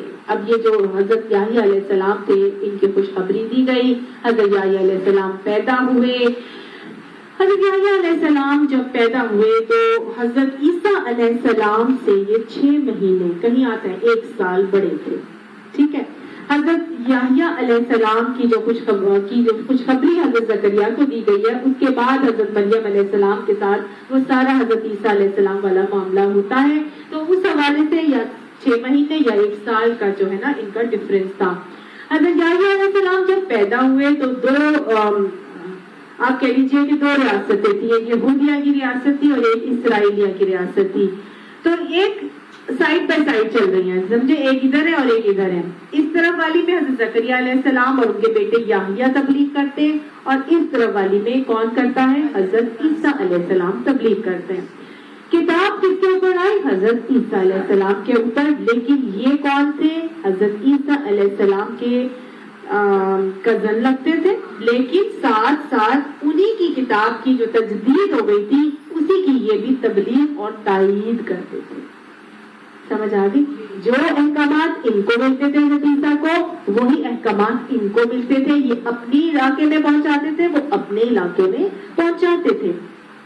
تو گویا سائڈ بائی سائڈ یہ لوگ اپنا تبلیغ کا کام کر رہے تھے۔ تو جہاں یہاں آ رہا ہے نا کتاب الہی کو مضبوط تھام لے، یہ وہ کتاب تھی جو حضرت عیسیٰ علیہ السلام کو دی گئی تھی، انجیل جو کہ تجدید کر رہی تھی تورات کی، ان کو کوئی علیحدہ سے کتاب نہیں دی گئی تھی، ٹھیک ہے۔ وہی جو انجیل میں حضرت عیسیٰ علیہ السلام کے ارشادات تھے جو اللہ تعالیٰ کی طرف سے ان کو بتائے گئے تھے تجدید موسوی کے لیے، وہی جو ہے وہ بائبل کے صورت میں آتے ہیں اور انہی کو یہ تھام کے چل رہے ہیں۔ اب اللہ تعالیٰ یہاں حضرت یحییٰ علیہ السلام کی کچھ صفات کا تذکرہ کر رہے ہیں۔ ہم نے اسے بچپن سے ہی حکم سے نوازا، یعنی اللہ تعالیٰ نے فرماتے ہیں وَآتَيْنَاهُ الْحُكْمَ صَبِيًّا، بچپن میں ہی اسے ہم نے حکم سے نوازا تھا۔ یہ حکم کیا؟ حکمت۔ اللہ تعالیٰ نے ان کو بچپن سے ہی حکمت اور فہم اور فراست سے نوازا تھا۔ آپ اس سے اندازہ لگائیں گے بڑھاپے کی اولاد ہے، تو جو بڑھاپے کی اولاد ہوتی ہے نا وہ بہت لائق ہوتی ہے، وہ بہت سمجھدار ہوتی ہے، وہ حکمت والی ہوتی ہے، اس کے پاس قوت فیصلہ ہوتی ہے۔ ایسے تو حضرت ابراہیم علیہ السلام کو جب بڑھاپے میں 90 ایئرز پہ حضرت اسماعیل علیہ السلام دیے گئے تھے، تو وہ چھوٹی سی عمر میں جب خواب دیکھتے ہیں حضرت ابراہیم علیہ السلام تو وہ کیا کہتے ہیں کہ اللہ والد صاحب جو آپ دیکھ رہے ہیں آپ وہ کر گزریے، ہے نا، یہ اللہ کا حکم ہے، کر گزریے جو آپ دیکھ رہے ہیں۔ تو یہ وہ فہم اور فراست اور حکمت اور دانائی ہے جو بڑھاپے کی اولاد میں آٹومیٹکلی اللہ تعالیٰ ڈال دیا کرتے ہیں۔ کبھی بھی بڑھاپے کی اولاد پہ پریشان نہیں ہونا چاہیے، یہ تو اللہ کی نعمت، اللہ کا ایک معجزہ ہوتا ہے جو اللہ تعالیٰ ہمیں عطا فرماتا ہے۔ اللہ نے ان کو بھی بچپن میں ہی حکم سے نوازا تھا، اور ان کے تو باقاعدہ طور پہ واقعہ ملتا ہے۔ ایسی حکمت تھی ان کے اندر، ایسی قوت فیصلہ تھی کہ ایک مرتبہ بچوں نے ان کو بلایا کہ آؤ اور آ کے کھیل لیتے ہیں نا، ساتھ کھیلتے ہیں، تو یہ آگے سے کہتے ہیں کہ نہیں، ہمیں کھیلنے کے لیے پیدا نہیں کیا گیا۔ ایسے ہوتے ہیں، ایسی، اور آپ کو نظر آتا ہے اس طرح کے بچے ہوتے ہیں بہت سمجھدار، جو بچپن سے ہی جو ہے وہ اس قسم کی چیزوں میں پڑھنا اور خواہ لہب میں اپنا ٹائم ویسٹ نہیں کرتے۔ بہرحال یہ بہت اچھی صفت ہے جو یہاں پہ ان کی بتائی گئی، اور اپنی طرف سے اس کو نرم دلی عطا فرمائی۔ اللہ تعالیٰ نے ان کو نرم دل بنایا تھا، یہ اتنے نرم دل تھے کہ حنانہ کہتے ہیں ماں کی ممتا کی شفقت جو ہوتی ہے، جو ماں کی ممتا ہوتی ہے نا، ان کے اندر کھوٹ کھوٹ کے نرمی بڑی بڑی ہوئی تھی۔ اپنا کھانا ہی خرگوش اور کبوتروں کو کھلا دیا کرتے تھے، مطلب جانوروں تک سے یہ اتنا پیار کرتے تھے، خود بھوکے رہ لیتے تھے اور اپنا کھانا یہ دوسروں کو دے دیا کرتے تھے۔ ان کو کسی بھی چیز کا ایسا شوق نہیں تھا، بس نرمی اور محبت اور پیار ہر ایک کے ساتھ، نہ صرف انسانوں بلکہ جانوروں تک سے تھا، اور بزکات تک، اور انہیں پاکیزگی عطا فرمائی تھی۔ تو یہ بہترین صفات ہے کہ انہیں اللہ تعالیٰ نے پاکیزہ بھی بنایا تھا۔ اور یہ ایسے پاکیزہ تھے کہ حدیث اس کے حوالے سے ہمیں بتاتی ہے کہ ہر شخص اللہ سے کوئی نہ کوئی گناہ لے کر ملے گا سوائے حضرت یحییٰ کی. اور اس آیت کی وجہ سے کہ وَلَمْ يَكُنْ جَبَّارًا عَصِيًّا کہ وہ معصوم عن الخطا تھے. یہ آیت اس کی دلیل ہے. ابھی اگلا آئے گا. زکوٰۃ یعنی وہ پاکیزہ تھے ہر گناہ سے پاکیزہ, ہر چیز سے. انہیں کوئی تکلیف, مطلب آپ کہہ لیجیے کوئی غلط کام میں نہیں تھے, کسی بھی غلط عمل میں وہ مبتلا نہیں تھے. ہر طرح کی پاکیزگی ان کے اندر جو ہے نا وہ کوٹ کوٹ کے بھری تھی. ان کا باقاعدہ طور پہ واقعہ آتا ہے کہ ان کے جو دور تھا اس ٹائم پر بہت زیادہ شرک اور بہت زیادہ بے حیائی کا دور تھا, اور یہ خاص طور سے بے حیائی کے خلاف آواز اٹھایا کرتے تھے, اور اسی کے اوپر ان کی موت بھی واقع ہوئی تھی. یہ دور ایسا تھا کہ جو اس زمانے کا ہیروڈیاس, میں نے آپ کو پہلے بھی سنایا تھا کہ جو ہیروڈیاس تھا حکمران تھا ان کی ریاست کا, یہودیہ کی ریاست کا حکمران ہیروڈیاس, اس نے اپنے بھائی کی بیوی فلپ کے ساتھ جو ہے نا راؤ رسم بڑھا لیے تھے. اور فلپ کے پاس رہتی تھی وہ خاتون, اس کا نام ایزابیلا تھا شاید, یا کیا نام تھا, ہاں جی, وہ رہتی تھی.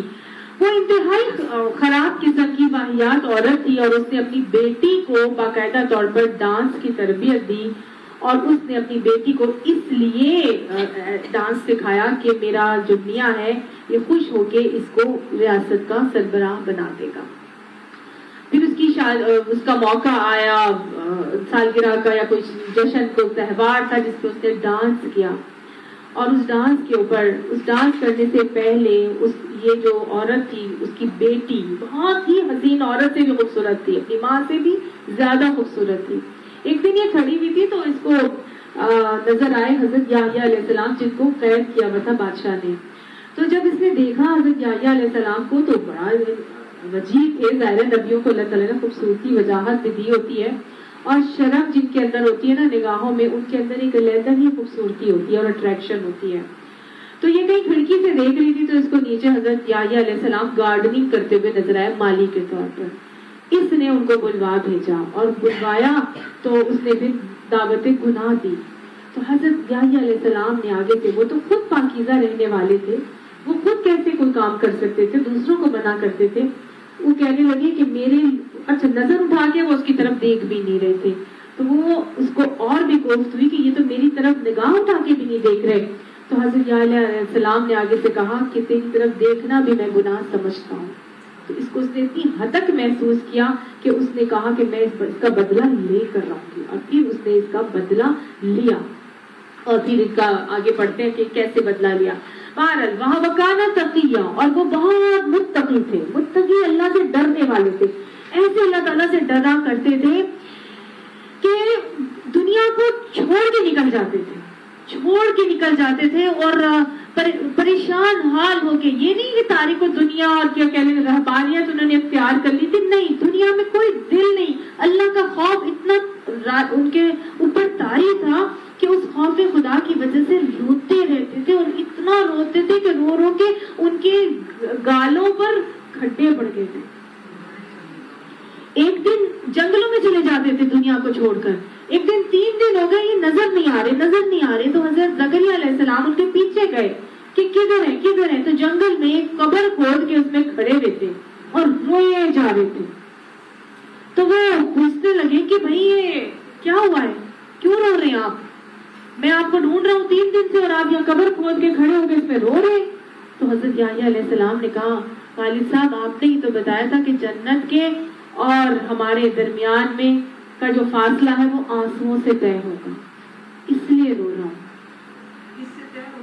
آنسوؤں سے, جنت اور ہمارا فاصلہ آنسوؤں سے طے ہوگا. تو حضرت زکریا علیہ السلام نے کہا ہاں ایسا ہی ہے, رو لو. اور پھر وہ دونوں باپ بیٹا خوب روتے رہے. یہ ہمیں پتہ چلتا ہے اسرائیلیات سے, روایات سے پتہ چلتا ہے. اتنا خوف خدا تھا, اور خوف خدا سے بہنے والے آنسو اللہ تعالیٰ کو سب سے زیادہ محبوب ہیں. دو قطرے تو محبوب ہے، ایک شہید کے خون کے قطرہ اور ایک اللہ کے خوف سے بہنے والا آنسو کا قطرہ.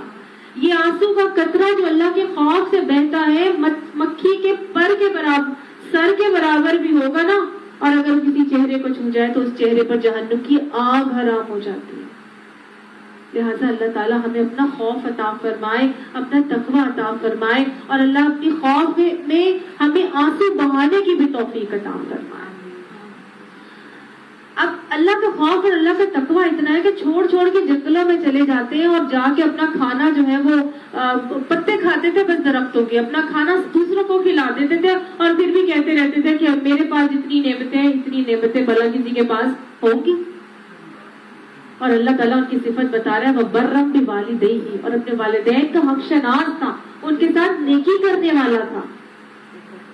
جو لوگ تاریخ دنیا ہوتے ہیں، رہبانیت اختیار کر لیتے ہیں، وہ تو باہر چلے جاتے ہیں نا، وہ تو جنگلوں میں جا کے رہتے ہیں. تو یہ بھی تو جنگلوں میں جا کے رہتے تھے، تو کیا یہ رہبانیت تھی؟ یا تو اگلی بات اللہ تعالیٰ نے بتا دی کہ وہ تو والدین کا بھی حق ادا کرنے والا تھا. گویا حقوق العباد اور حقوق اللہ ساتھ لے کے چل رہے تھے. رہبانیت نہیں تھی. ہمارے دین میں رہبانیت کس میں رکھ دی گئی ہے؟ جہاد میں. ہمارے دین میں آپ نے فرمایا رہبانیت نہیں ہے. رہبانیت کے سارے فائدے یہاں جہاد سے حاصل ہوتے ہیں.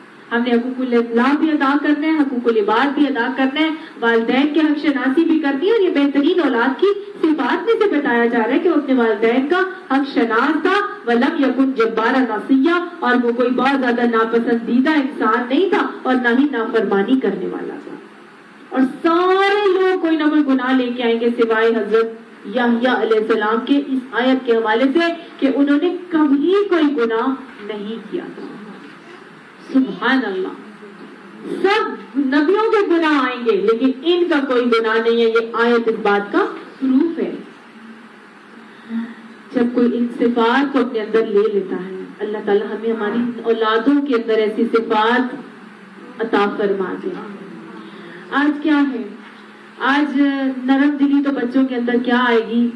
ایک بچہ لڑ کے آتا ہے، جب آ کے روتا ہوا آ کے ماں کو بتاتا ہے تو ماں آگے سے کیا کہتی ہے؟ باپ کیا کہتا ہے؟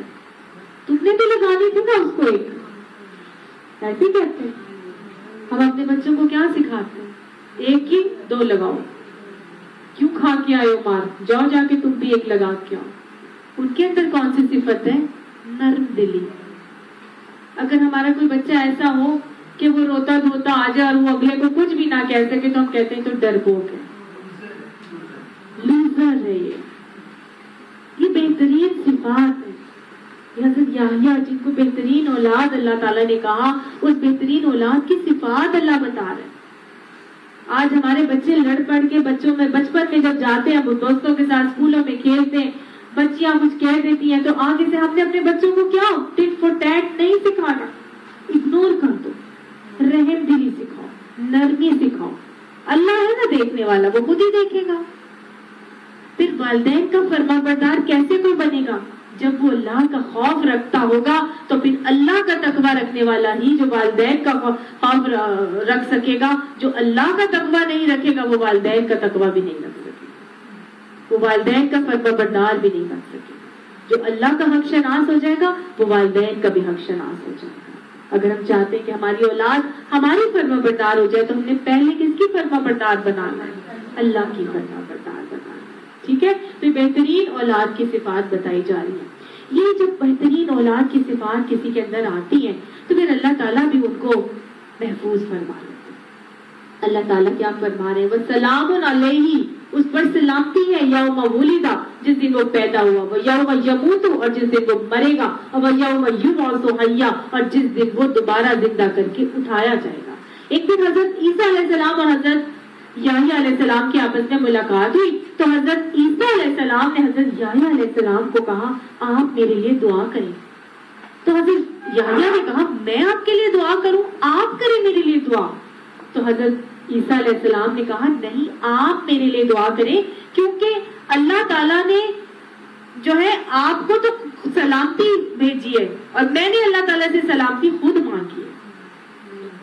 یہ وہ نبی ہے جن کو اللہ تعالیٰ نے خود سلامتی بھیجی ہے. سبحان اللہ.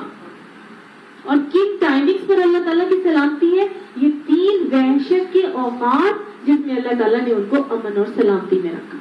3 وحشت کے اوقات وہ ہوتے ہیں جب انسان اس دنیا میں آتا ہے، ماں کے اندر سے نکلتا ہے، دنیا کی ہوا لگتی ہے، تو یہ وحشت کا وقت ہوتا ہے. اس وقت شیطان کچوکے لگاتا ہے اور بچہ روتا ہے، حدیث بتاتی ہے نا.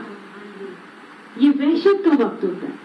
دوسری وحشت کا جب اس کی موت آتی ہے، جب ملک الموت سے اس کا واسطہ پڑتا ہے، تو وہ ملک الموت کیا کرتے ہیں؟ مار مار کے اس کی جانکاری کا معاملہ کرتے ہیں. اللہم اعنی علی غمرات الموت وعلی سکرات الموت. یہ غمرات سکرات الموت کا وقت وحشت کا وقت ہے. اور تیسرا وحشت کا وقت وہ ہوگا کہ جب ہم اپنی قبروں سے اٹھیں گے، حشر کے دن. یہ وحشت کا، اس دن کسی کو کسی کی ہوش نہیں ہوگی. وحشت وہی ہے نا کہ جس میں ہوش ہی کوئی نہیں آپ کو کسی کی، آس پاس کیا ہو رہا ہے. تو اللہ تعالیٰ نے حضرت یحییٰ علیہ السلام کو ان تمام وحشت کی اوقات سے سلامتی عطا فرما. سبحان اللہ. اگر ہم چاہتے ہیں کہ اللہ ہمیں بھی ان اوقات میں سلامتی عطا فرما دے تو ان صفات کو اپنے اندر لانا چاہیے، ہے کہ نہیں؟ اللہ ان صفات سے ہمیں بھی متصف فرمائے. وَاذْكُرْ فِي الْكِتَابِ مَرْيَمَ. اس کتاب میں مریم علیہ السلام کا ذکر کرو. کب کا ذکر؟ اِذِ انتبذت مِنْ أَهْلِهَا مَكَانًا شَرْقِيًّا، کہ جب وہ اپنے لوگوں سے الگ ہو کر شرقی جانب گوشہ نشین ہو گئی تھی. شرقی جانب، کون سا شرقی جانب؟ شرقی مطلب مشرقی، جانب مطلب کنارہ. ہاں جی، کسی طرف. کون سے مشرقی طرف کون سی ہے؟ یہ کس چیز کی مشرقی طرف ہے؟ ہیکل سلیمانی کی مشرقی طرف. Very good. ہیکل سلیمانی بیسیکلی ٹیمپل ہے، فرسٹ ٹیمپل. اس میں مغربی کونا تھا اور ایک مشرقی کونا تھا. ٹھیک ہے، ہر چیز کا مغربی اور ایک مشرقی کنارہ ہوتا ہے. جو مغربی کنارہ تھا وہاں پر تابوت سکینہ دفن تھا، اور اس مشرقی کے کنارے کو تمام یہودی یا بنی اسرائیل جو ہے وہ مانتے تھے. اس جگہ پہ تو تابوت سکینہ. اب حضرت مریم کس میں آئی ہے؟ بنی اسرائیل میں ہی آئی نا. اس وقت عیسائی وغیرہ کا تو کوئی کانسیپٹ نہیں تھا. تو اس مغربی گوشے کے اندر تابوت سکینہ دفن تھا. تو لہٰذا حضرت مریم علیہ السلام جو مشرقی کنارہ تھا وہاں حجرے بنے ہوئے تھے، اس ایک حجرے کے اندر گوشہ نشین ہو گئی تھی. سمجھ میں آ گئی آپ لوگوں کو؟ اسی لیے یہودی جب انہوں نے حضرت مریم اور حضرت عیسیٰ علیہ السلام کا انکار کر دیا تھا تو وہ مغربی گوشے کو اپنا ٹیمپل یا اپنا قبلہ ماننا شروع ہو گئے تھے. اور عیسائی جنہوں نے حضرت عیسیٰ کو مانا تھا تو وہ مشرقی گوشے کو اپنا قبلہ مانتے تھے. بیت المقدس کے ہیکل سلیمانی کے مغربی گوشے کو کون مانتے ہیں قبلہ؟ یہودی. اور مشرقی گوشے کو کون مانتے ہیں؟ عیسائی. اور اللہ نے ہمیں سورہ آل عمران میں بتایا تھا، جب سورہ بقرہ میں جب تحویل قبلہ کا حکم آیا تھا کہ لا بعضهم بتابع قبلۃ بعض، یعنی یہ دونوں تو ایک دوسرے کے قبلے کی پیروی نہیں کرتے، یہ دونوں اپنے اپنے قبلے بنا کے رکھے ہوئے. تو اسی کا پروف ہمیں یہاں سے مل رہا ہے کہ وہ شرقی جانب گوشہ نشین ہوئی تھی. جب گوشہ نشین ہوئی تھی، علیحدہ ہو گئی تھی، تو پھر انہوں نے کیا کیا تھا؟ فاتخذت من دونہم حجابا. انہوں نے کیا کیا تھا؟ ان کے آپس میں ایک دوسرے کے درمیان میں حجاب کر دیا تھا، آڑ لے آئی تھی، ایک رکاوٹ ڈال لی تھی، پردہ کر کے بیٹھ گئی تھی. وہ پردے کا کانسیپٹ دوسری شریعتوں میں بھی موجود تھا. ٹھیک ہے، یہ کہا جائے کہ جی یہودیوں میں نہیں ہے یا عیسائیوں میں نہیں ہے، ایسی کوئی بات نہیں ہے. بلکہ یہ لوگ جو ہمارے حجاب یا اسکارف کے اوپر بین لگاتے ہیں، تو اٹلی کے اندر پارلیمنٹ میں خاص طور پر اس کو بل کو سائن کرنا تھا، اور ممبر آف پارلیمنٹ نے اٹھ کر یہ کہا تھا کہ میں کیسے اس بل کو سائن کر دوں کہ جبکہ میں میری کو ہی حجاب میں دیکھتا ہوں. نقاب کا کانسیپٹ تو نہیں، لیکن پردے دوپٹے کا، اور ہر میری کے اسٹیچو کے اندر دوپٹہ موجود ہے. ہاں جی، ننز نے بھی ان کی ایون لیا ہوا ہوتا ہے، لیا ہوا ہوتا ہے. اور یہودیوں کے اندر تو پردے کا اتنا کانسیپٹ ہے کہ ان کی خواتین باقاعدہ ہماری طرح دوپٹے لیتی ہیں، اپنے پورے بال وہ چھپاتی ہیں، اور ساتھ ساتھ کئی جو بہت زیادہ ان کی ہیں وہ لوگ تو نقاب بھی کرتی ہیں، وہ اپنا فیس بھی کور کرتی ہیں. اور ان کے اندر باقاعدہ طور پر یہ ہے یہودیوں کے اندر کہ ان میرڈ لڑکی جو ہے وہ اپنے آپ بال نہیں چھپائے گی، میرڈ لڑکی کے لیے تو مسٹ ہے کہ وہ اپنے بال چھپائے، میرڈ لڑکی کے لیے تو مسٹ ہے کہ وہ اپنی زینت کا اظہار نہ کرے خاص طور سے۔ تو پردے کے کانسیپٹ کو تو اردو سی شریعتوں میں بھی تھا، یہ خواہ آج ہماری شریعت میں جو ہے وہ اٹھ کے کہا جاتا ہے کہ عورتوں کے اوپر ناجائز ظلم اور زیادتی کی جاتی ہے کہ ان کو پردے میں بٹھا دیا جاتا ہے اور چار دیواری میں قید کر دیا جاتا ہے، ایسی کوئی بھی بات نہیں ہے۔ وہ ان کے اندر بھی حجاب موجود تھا اور حجاب کا کانسیپٹ موجود تھا، اور ہمارے اندر بھی ہے۔ فَاسْأَلُوهُنَّ مِنْ وَرَاءِ حِجَاب کی آیت سورہ احزاب میں آتی ہے نا کہ اگر تم نے کچھ مانگنا ہو تو کیا کرو، اب تم کسی پردے کے آڑ کے ساتھ کوئی چیز مانگا کرو، ایسے کھلے عام کھلے چہروں کے ساتھ مت جایا کرو۔ خیر بہرحال اب وہ جب وہ چلی گئی اور انہوں نے حجاب کر لیا، حجاب میں سے کیوں کیا تھا انہوں نے شرکی کوشے میں، کیوں کیا تھا؟ ڈلیوری تو ابھی ہے ہی نہیں، ابھی تو ڈلیوری تک نہیں پہنچے نا، ابھی تو وہ گوشہ نشین ہو کے بیٹھ گئی تھی عبادت کے لیے، دین سیکھنے کے لیے۔ مرد تھے نا وہاں پر، ویری گڈ، نامحرموں سے بچنے کے لیے حجاب کیا تھا، ٹھیک ہے نا؟ تو نامحرموں سے بچنے کے لیے حجاب کرنا ضروری تھا، تو تبھی انہوں نے بھی حجاب کیا تھا، کیونکہ وہاں پر پھرنے والے لوگ مجاور خادم وہ تو سب ان کے لیے نامحرم تھے، تو لہٰذا نامحرموں سے حجاب کر کے وہ بیٹھی۔ تو پھر اللہ نے کیا کیا، فَأَرْسَلْنَا إِلَيْهَا رُوحَنَا، بس بھیجا ہم نے ان کے لیے اپنی روح میں سے، یعنی کس کو بھیجا؟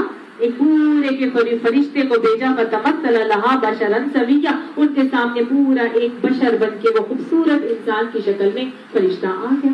فرشتہ ہمیشہ خوبصورت ترین انسان کی شکل میں آتا ہے۔ اب وہ جو فرشتہ اللہ تعالیٰ نے بھیجا ایک انسان کی شکل میں، انتہائی خوبصورت فرشتے کی شکل میں حضرت مریم علیہ السلام کے پاس، اب ان کے جو دائرہ تھا یا ان کا جو احاطہ تھا اس میں تو کوئی نہیں آ سکتا تھا نا، ان کے کمپاؤنڈ یا ان کا جو کمرہ تھا اس میں تو کوئی نہیں آ سکتا تھا سوائے حضرت زکریا علیہ السلام کے۔ تو ایک جیتا جاگتا خوبصورت ترین انسان ان کے پاس حجرے میں موجود ہے، تو ظاہر ہے کہ وہ پریشان ہو گئی۔ ایک انسان کی شکل میں فرشتہ آ سکتا ہے، فرشتے نورانی مخلوق ہے اللہ تعالیٰ کی، اور اللہ تعالیٰ نے ان کو یہ ایک آپ کہہ لیجیے ایبلٹی دی ہوئی ہے، اللہ تعالیٰ نے ان کو یہ خاصیت دی ہوئی ہے کہ وہ اپنی شکل بدل کے اور وہ انسانی شکل اختیار کر سکتے ہیں۔ ہاروت ماروت فرشتے انسانی شکل میں آئے تھے، حضرت جبرائیل علیہ السلام انسانی شکل میں آئے تھے، اسی طرح یہ انسانی شکل میں آ کے جب کھڑے ہوئے تو حضرت مریم ان کو دیکھ کے کیا کہنے لگی، مریم یکا یک بول اٹھی کہ اگر تو کوئی خدا ترس آدمی ہے تو میں تجھ سے رحمان کی پناہ مانگتی۔ ایک دم نامحرم کو دیکھا تو کہنے لگی کہ اگر تو کوئی نیک آدمی ہے تو میں تجھ سے رحمان کی پناہ مانگتی ہوں، یعنی تو مجھ سے دور ہی رہنا۔ اس نے کہا میں تو تیرے رب کا فرستادہ ہوں، اس لیے بھیجا گیا ہوں کہ تجھے ایک پاکیزہ لڑکا دوں۔ جو نیک خواتین ہوتی ہے نا وہ مردوں کے ساتھ گھلتی ملتی نہیں ہے، وہ مردوں کے ساتھ خلط ملط نہیں ہوتی۔ یہاں پر بھی حضرت مریم نے فوراً سے کہا کہ بھئی میں تجھ سے پناہ مانگتی ہوں، اور پناہ کس کی؟ اللہ کی، کہ اللہ مجھے بچا کے رکھے گا، میں اللہ کے لیے اپنے آپ کو وقف کر چکی ہوں، اسی نے میری تیرے سے حفاظت کرنی ہے، تو نیک آدمی ہے تو دور ہی رہنا میرے سے، یعنی خلط ملط ہونے سے منع کر دیا۔ تو وہ فرشتے نے آگے سے فوراً کہا کہ بھئی میں اللہ کا بھیجا ہوا ایک فرشتہ ہوں، اس لیے بھیجا گیا ہوں کہ تجھے ایک پاکیزہ لڑکا دے دوں، اور ہر قسم کی بدکاری سے وہ پاک ہوگا۔ یہاں بتایا جا رہا ہے نا، اس لیے ہوں لکی لکی غلامن زکیہ، میں اس لیے ہوں تاکہ پاکیزہ لڑکا دوں۔ یہ آیت بھی بتا رہی ہے، آیت کا ٹکڑا، کہ کسی بدکاری کے عمل سے حضرت عیسیٰ علیہ السلام کی پیدائش نہیں ہوئی۔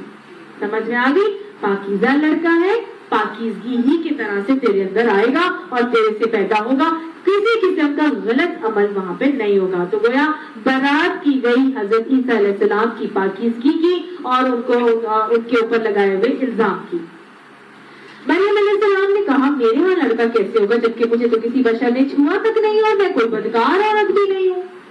یہ آیت بیان کر کے اللہ سبحانہ تعالیٰ نے ان تمام اعتراضات کی نفی کر دی جو عیسائی اور یہودی حضرت مریم کے اوپر لگا رہے تھے۔ الزامات کیا لگا رہے تھے کہ حضرت مریم علیہ السلام نے نعوذ باللہ اپنے منگیتر کے ساتھ زنا کیا اور پھر اس کے نتیجے میں حضرت عیسیٰ علیہ السلام پیدا ہوئے، اور وہ یہودی حضرت عیسیٰ علیہ السلام کو ولد الزنا کرتے ہیں، عیسائی کہتے ہیں، یہودیوں نے الزام لگایا نا زنا کا، تو انہوں نے تو اللہ تعالیٰ نے یہاں پر اس کی بھی نفی کر دی اور بتا دیا کہ مجھے کسی بشر نے نہیں چھوا، یعنی کسی بشر کے چھوئے بغیر حضرت عیسیٰ علیہ السلام کی تخلیق ہوئی تھی۔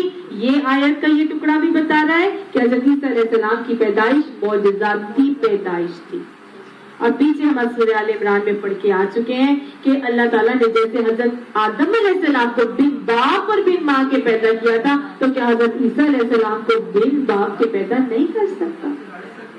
وہ اللہ تو ہر چیز پر قادر ہے نا۔ تو گویا اللہ تعالیٰ نے یہاں پہ حضرت مریم علیہ السلام کی ٹوٹل برات کر دی، کیسے؟ جیسے حضرت عائشہ کی بھی برات کی، وہ لگائے جب آپ اپنے آپ کو دین کے لیے وقف کر دیں گے، دین کے کاموں میں اپنے آپ کو لگا دیں گے، تو پھر اللہ سبحانہ تعالیٰ اور پاکیزگی اختیار کریں گے، کسی بھی غلط عمل سے بچے رہیں گے، تو پھر آپ کے اوپر لگائے ہوئے تہمتیں، الزامات دنیا تو لگائے گی، اور اس کا تو کام ہی یہ ہے، لیکن آپ کا کیا کام ہے؟ خاموشی اختیار کریں۔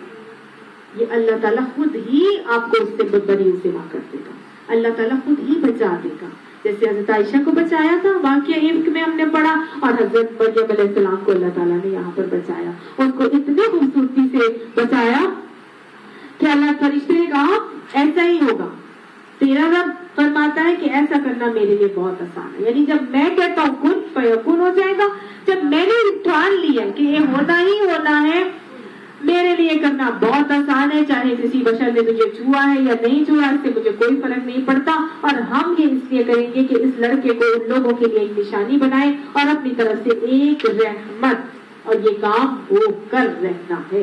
گویا پریگنینسی کا عمل ہو کر ہی رہتا ہے، جب اللہ کا حکم آ جاتا ہے، اللہ کا فیصلہ آ جاتا ہے، تو پھر اللہ تعالیٰ فرماتا ہے وَكَانَ أَمْرًا مَقْضِيًّا، یہ فیصلہ ہو کر ہی رہے گا۔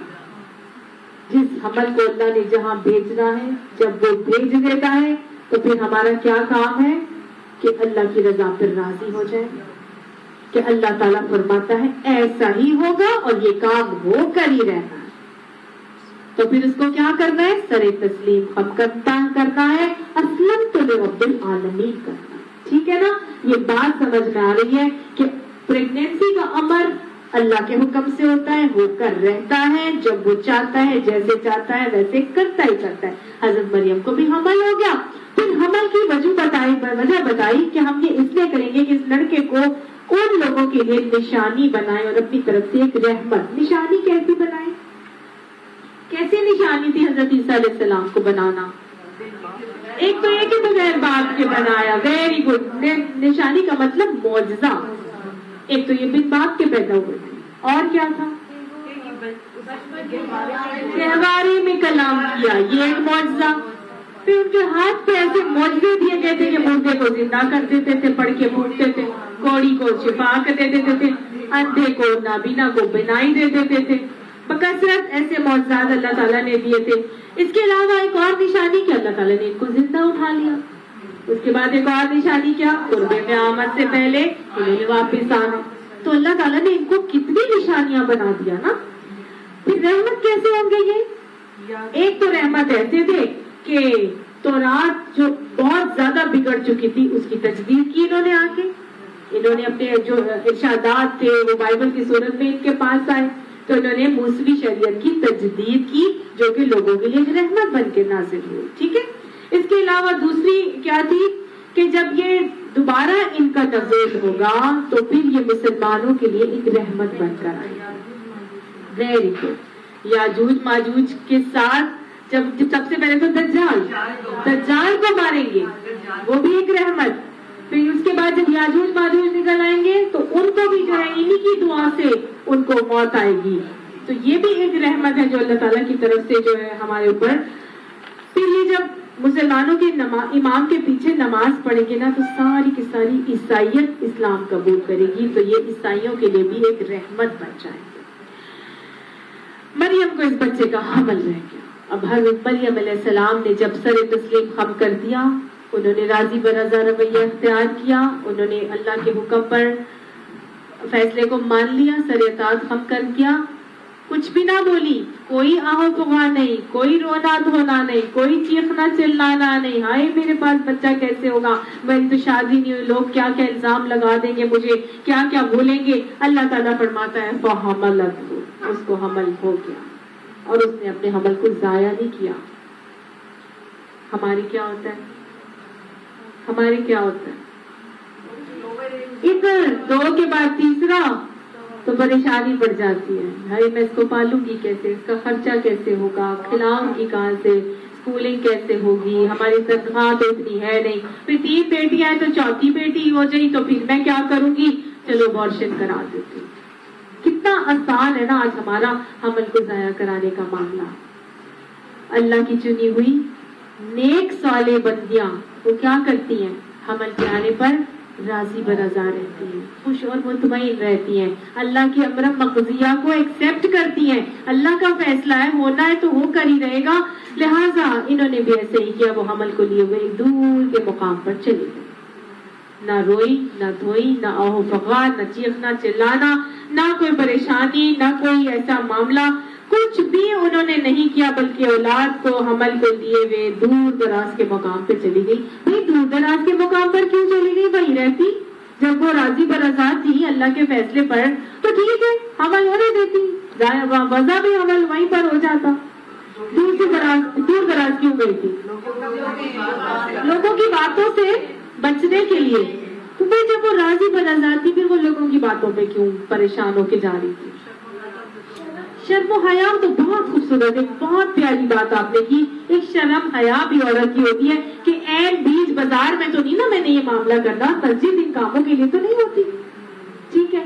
دوسری بات یہ کہ جب حمل ہو گیا ہے, اب حمل ظاہر بھی ہوگا, لوگ مجھے دیکھیں گے, ایک عورت کو چلتے پھرتے اس طرح اٹھتے بیٹھتے تو اچھا نہیں لگتا. تیسری بات یہ کہ لوگوں نے خواہ کی باتیں کرنی ہے میرے اوپر, یہ تو اللہ کا حکم ہے, میں تو ٹھیک ہوں. لہٰذا انہوں نے لوگوں کی باتوں سے بچنے کے لیے اپنا ایک ہیلا کیا تھا, ایک سبب اختیار کیا تھا. اور پریشانیوں سے بچنے کے لیے اگر آپ کوئی سبب کرتے ہیں تو یہ خلاف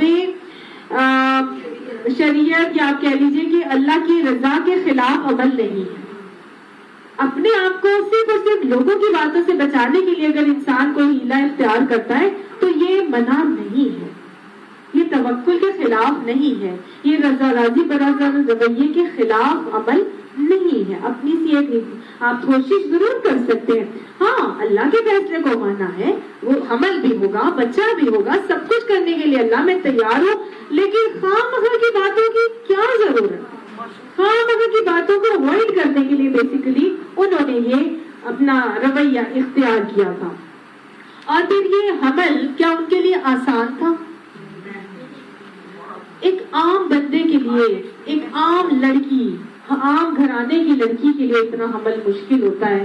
اگر اس کو کوئی اس طرح کی بات ہو جائے تو یہ تو ایسے گھرانے کی خاتون ہے جن کا ابھی میں نے آپ کو شروع میں بتایا تھا, انتہائی نیک عبادت گزار گھرانہ, جدھر کی ماں اپنے بچے کو نظر مان رہی ہے اللہ کی راہ میں وقف کرنے کے لیے.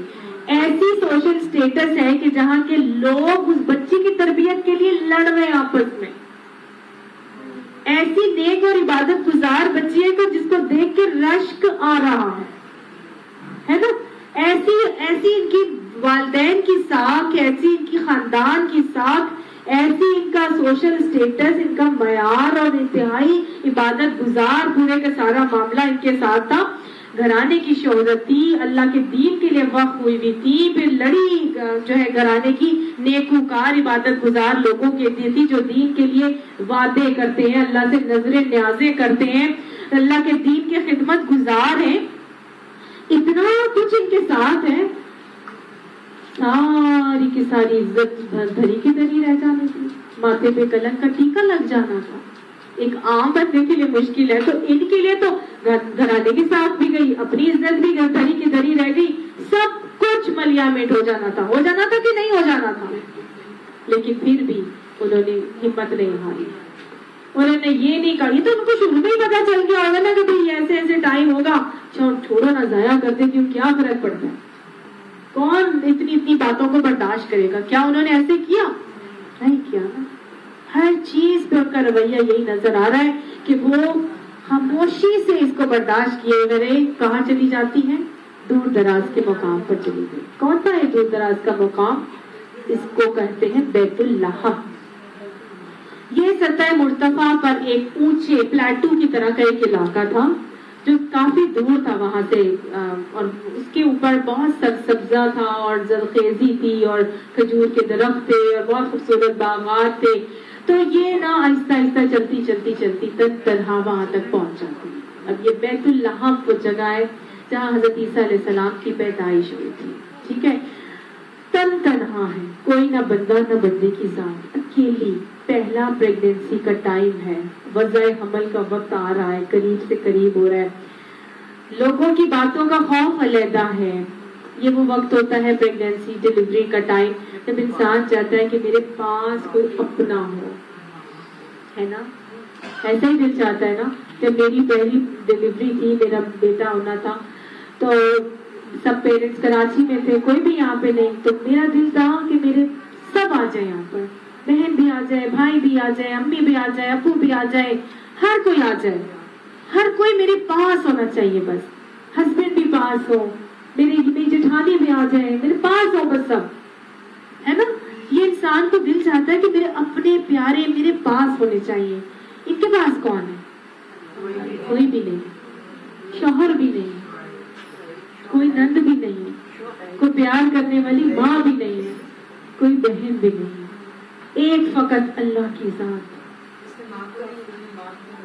ماں کو بھی نہیں بتایا اور چلی گئی. دیکھیں اپنی پریشانی تکلیف ماں کو بتا سکتی تھی نا, نہیں بتایا. ایک اور اصول مل رہا ہے, کوئی چیز کسی کو نہیں بتانی. اپنی تکلیفوں کا کیا, انما اشکو بثی و حزنی الی اللہ. تکلیف حزن پریشانی کس کے لیے؟ اللہ کی طرف ہے, صرف اللہ کی ذات. اللہ تو نے دی ہے, تو ہی کاٹے گا, تو ہی سے نبھنا اور مجھے سکھائے گا. پہنچ جاتی ہے وہاں پہ. لیکن ہے تو انسان ہی نا, کب تک برداشت ہوتا ہے انسان سے. کبھی کبھی ایسا لگتا ہے شاید وہ لوگ تو پتھر کے تھے, انہیں تو فیلنگز ہی نہیں ہوتی تھی, یا روبوٹ تھے, انہیں سمجھ ہی نہیں آتا تھا, بس ہاں جو گئے کہہ دیا کر دیا. ان کی کوئی دنیاوی فیلنگز نہیں ہوتی تھی, نہیں, ان کی فیلنگز ہوتی تھی. زچگی کی تکلیف نے اسے کھجور کے درخت کے نیچے پہنچا دیا. وہ کہنے لگی کاش میں اس سے پہلے ہی مر جاتی اور میرا نام و نشان ہی نہ رہتا. یہ الفاظ بتا رہے ان کی تکلیف, ان کا کرب, ان کی جو ذہنی کیفیت تھی بتا رہی ہوں کہ مر ہی جاتی, میرا نام و نشان ہی نہ رہتا, میں تو بھولی بسری چڑیا ہوتی کہ کوئی مجھے جانتا تو جانتا ہی نہ ہوتا. آج جب یہ ہو جائے گا تو پھر میں کیا کروں گی. ابھی تو یہ مرحلہ اتنا مشکل ہے, اس کے بعد کی تو اور مشکل ہے جب لوگوں کی باتیں مجھے سننی پڑے گی, ہے نا. تو گویا فیلنگ تو ان کے پاس بھی ہے, ان کے اندر بھی ہر چیز محسوس ہو رہی ہے انہیں.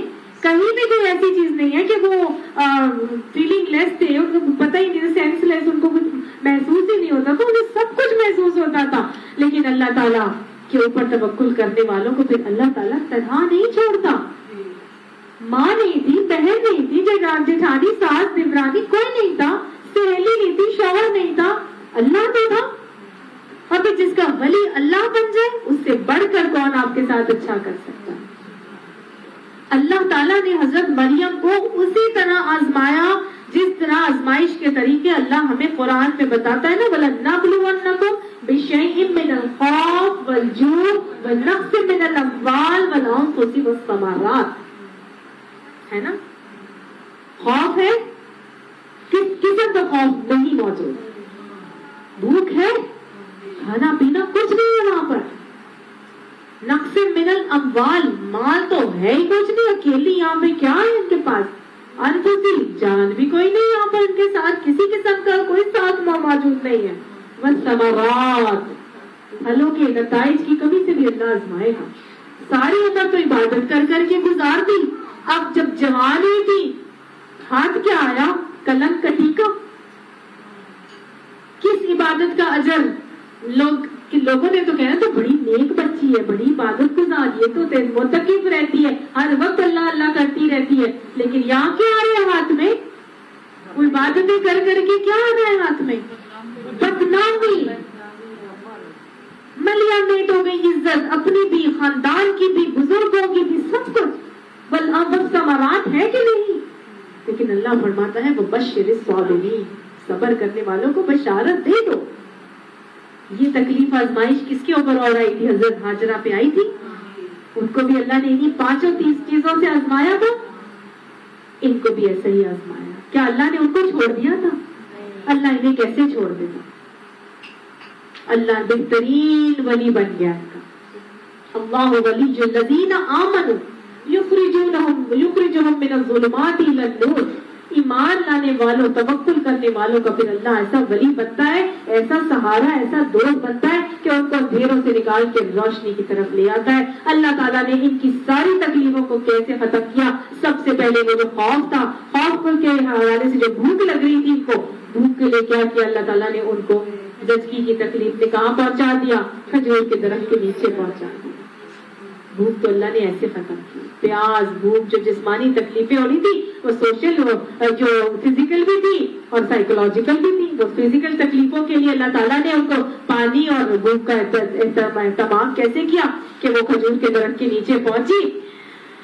جب وہاں پہنچی تو فرشتے نے پائنتی سے اس کو پکار کر کہا، فرشتے نے فوراً، وہ ہم نے پڑھا تھا نا، ان الذین قالوا ربنا اللہ ثم استقاموا، وہ لوگ جو کہتے ہیں کہ ہمارا رب اللہ ہے اور اس پہ جم جاتے ہیں، ڈٹ جاتے ہیں کہ ہم نے غلط کام نہیں کرنا، اللہ کی رضا پہ میں نے راضی رہنا ہے، پھر کیا ہوتا ہے؟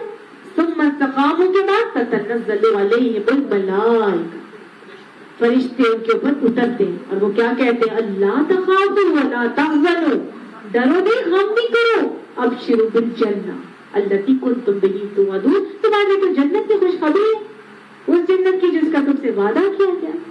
فرشتہ آیا تھا نا حضرت ہاجرہ کے پاس بھی، کیا کیا تھا اس نے؟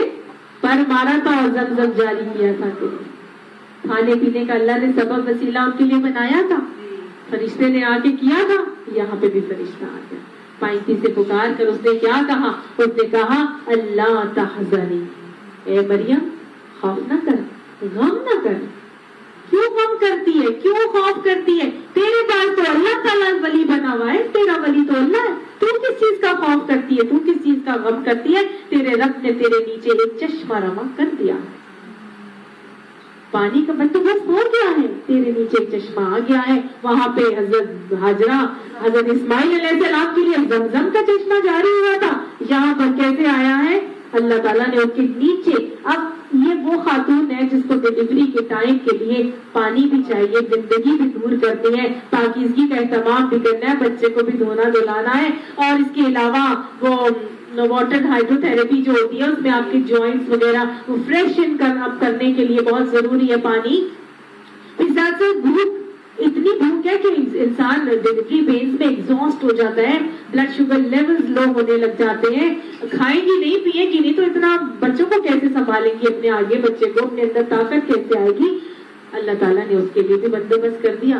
اللہ نے کہا وہ فرشتے، اور تو ذرا اس درخت کے تنے کو تو ہلا، تیرے اوپر تر و تازہ کھجوریں ٹپک پڑیں گی۔ کھانے پینے کا بندوبست کہاں سے آ رہا ہے؟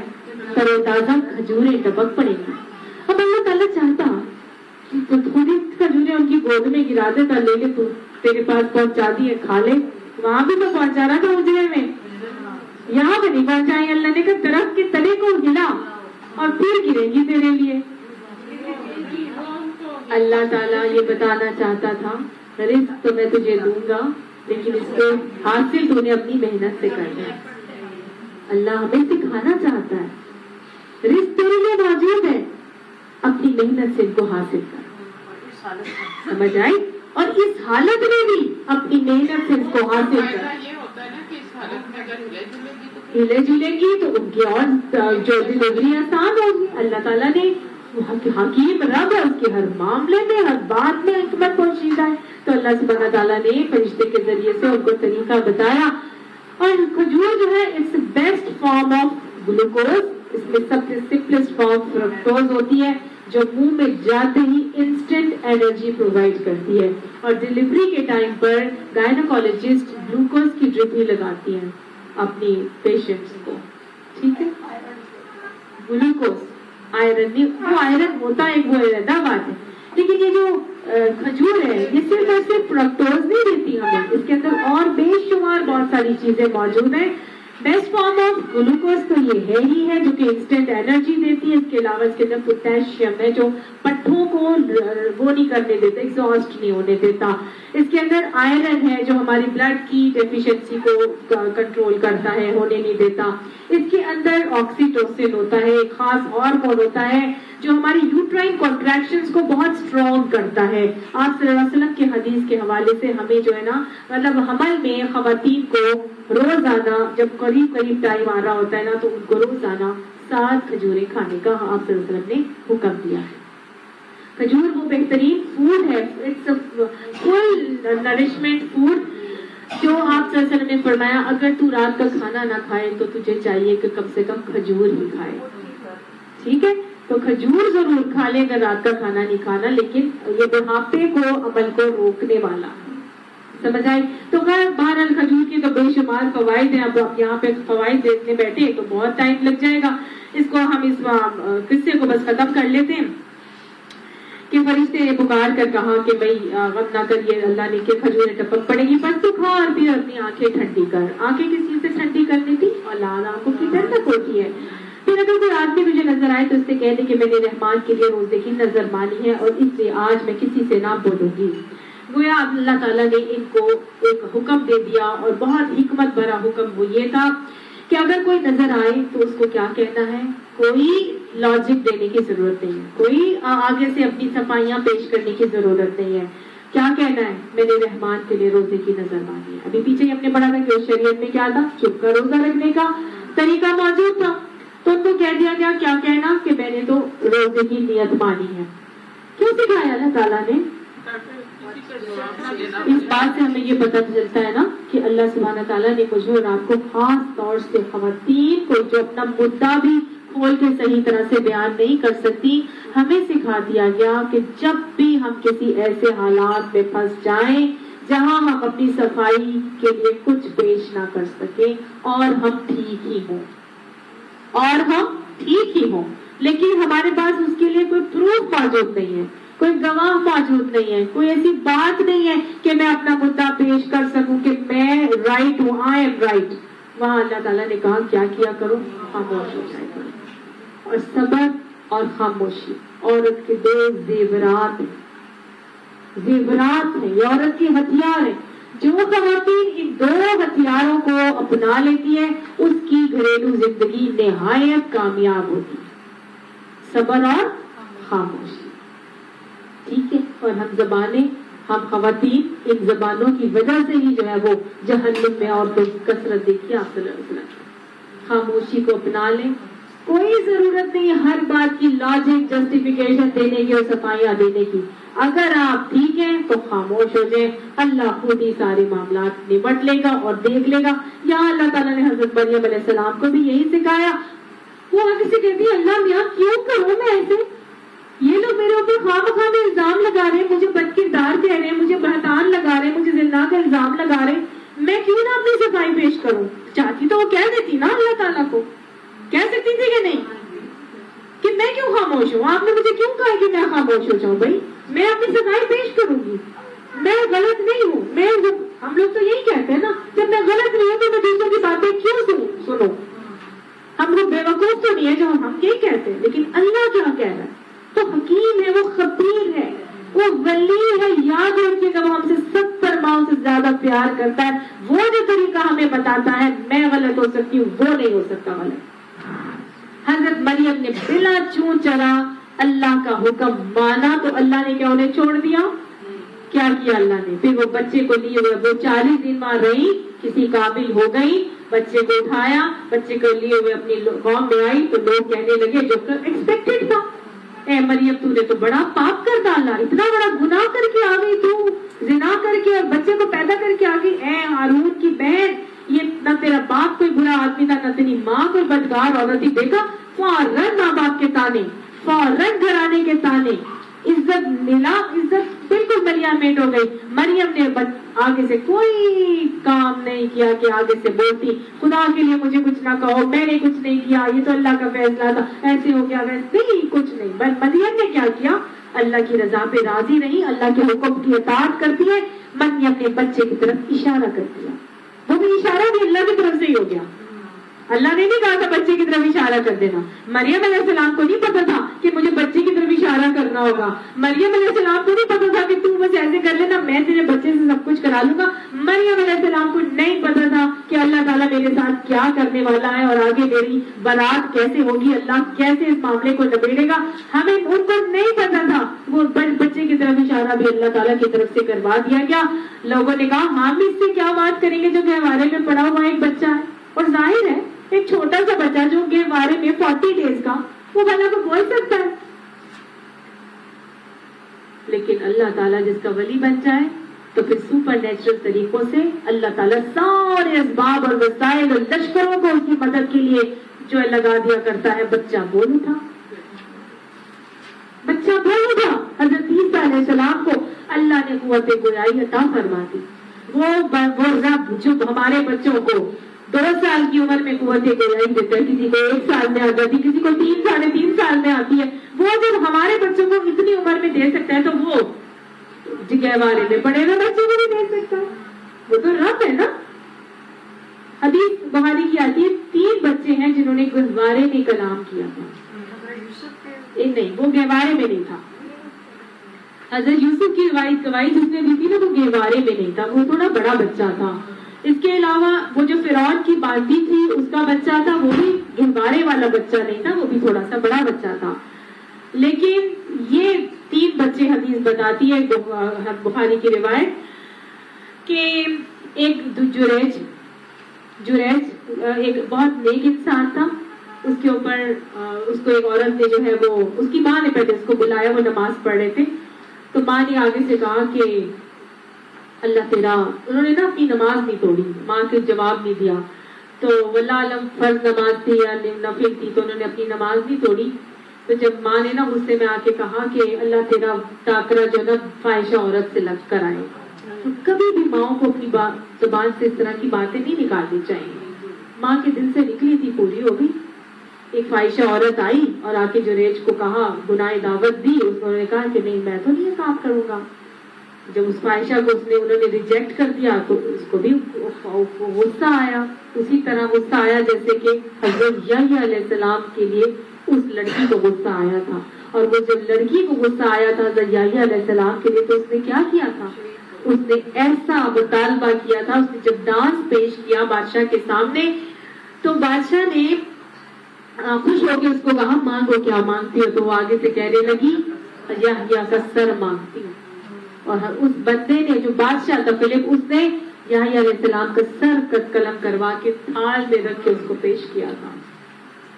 ایک اور واقعہ بھی حضرت یحییٰ کا اسی طرح کا آتا ہے کہ حضرت یحییٰ علیہ السلام غلط کاموں سے منع کرنے والے تھے نا، تو ایک بادشاہ تھا، اس نے اپنی بیوی، اس نے اپنے بیٹے کی شادی اب اس کی چچا زاد بہن سے کر دی۔ اس کے بیٹے نے اپنی بیوی کو طلاق دے دی، 3 طلاقیں دے دی۔ جب 3 طلاقیں دے دی تو پھر اس لڑکی کا دل کیا کہ میں واپس اپنے شوہر کے پاس چلی جاؤں، تو پتہ کیا گیا تو حضرت یحییٰ علیہ السلام نے کہا کہ نہیں 3 طلاقیں ہو چکی ہیں، اب ہماری شریعت کی طرح نا طلاق مرتان کہ 2 طلاق 2 بار ہے، تیسری دفعہ اگر تو پھر تو بالکل ختم، اسی طرح ان کی بھی 3 طلاقیں ہو چکی تھی۔ تو حضرت یحییٰ نے کہا کہ نہیں آپ تو واپس نہیں اب جا سکتے، یہ ناجائز ہو گیا ہے وہ تعلق آپ کا، بالکل بھی قائم نہیں ہو سکتا، 3 طلاقیں ہو چکی ہیں۔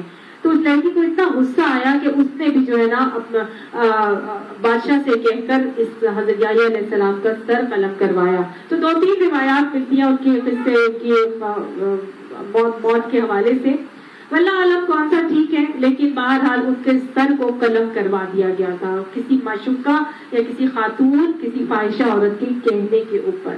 تو یہ جو معاملات وہ کرتے تھے، تو یہاں پر بھی اب ایسا ہی معاملہ ہو رہا ہے کہ انہوں نے جب جریج نے اس کی دعوت گناہ پر انکار کیا تو وہ خاتون رات گئی ایک چرواہے کے ساتھ، اس نے اپنا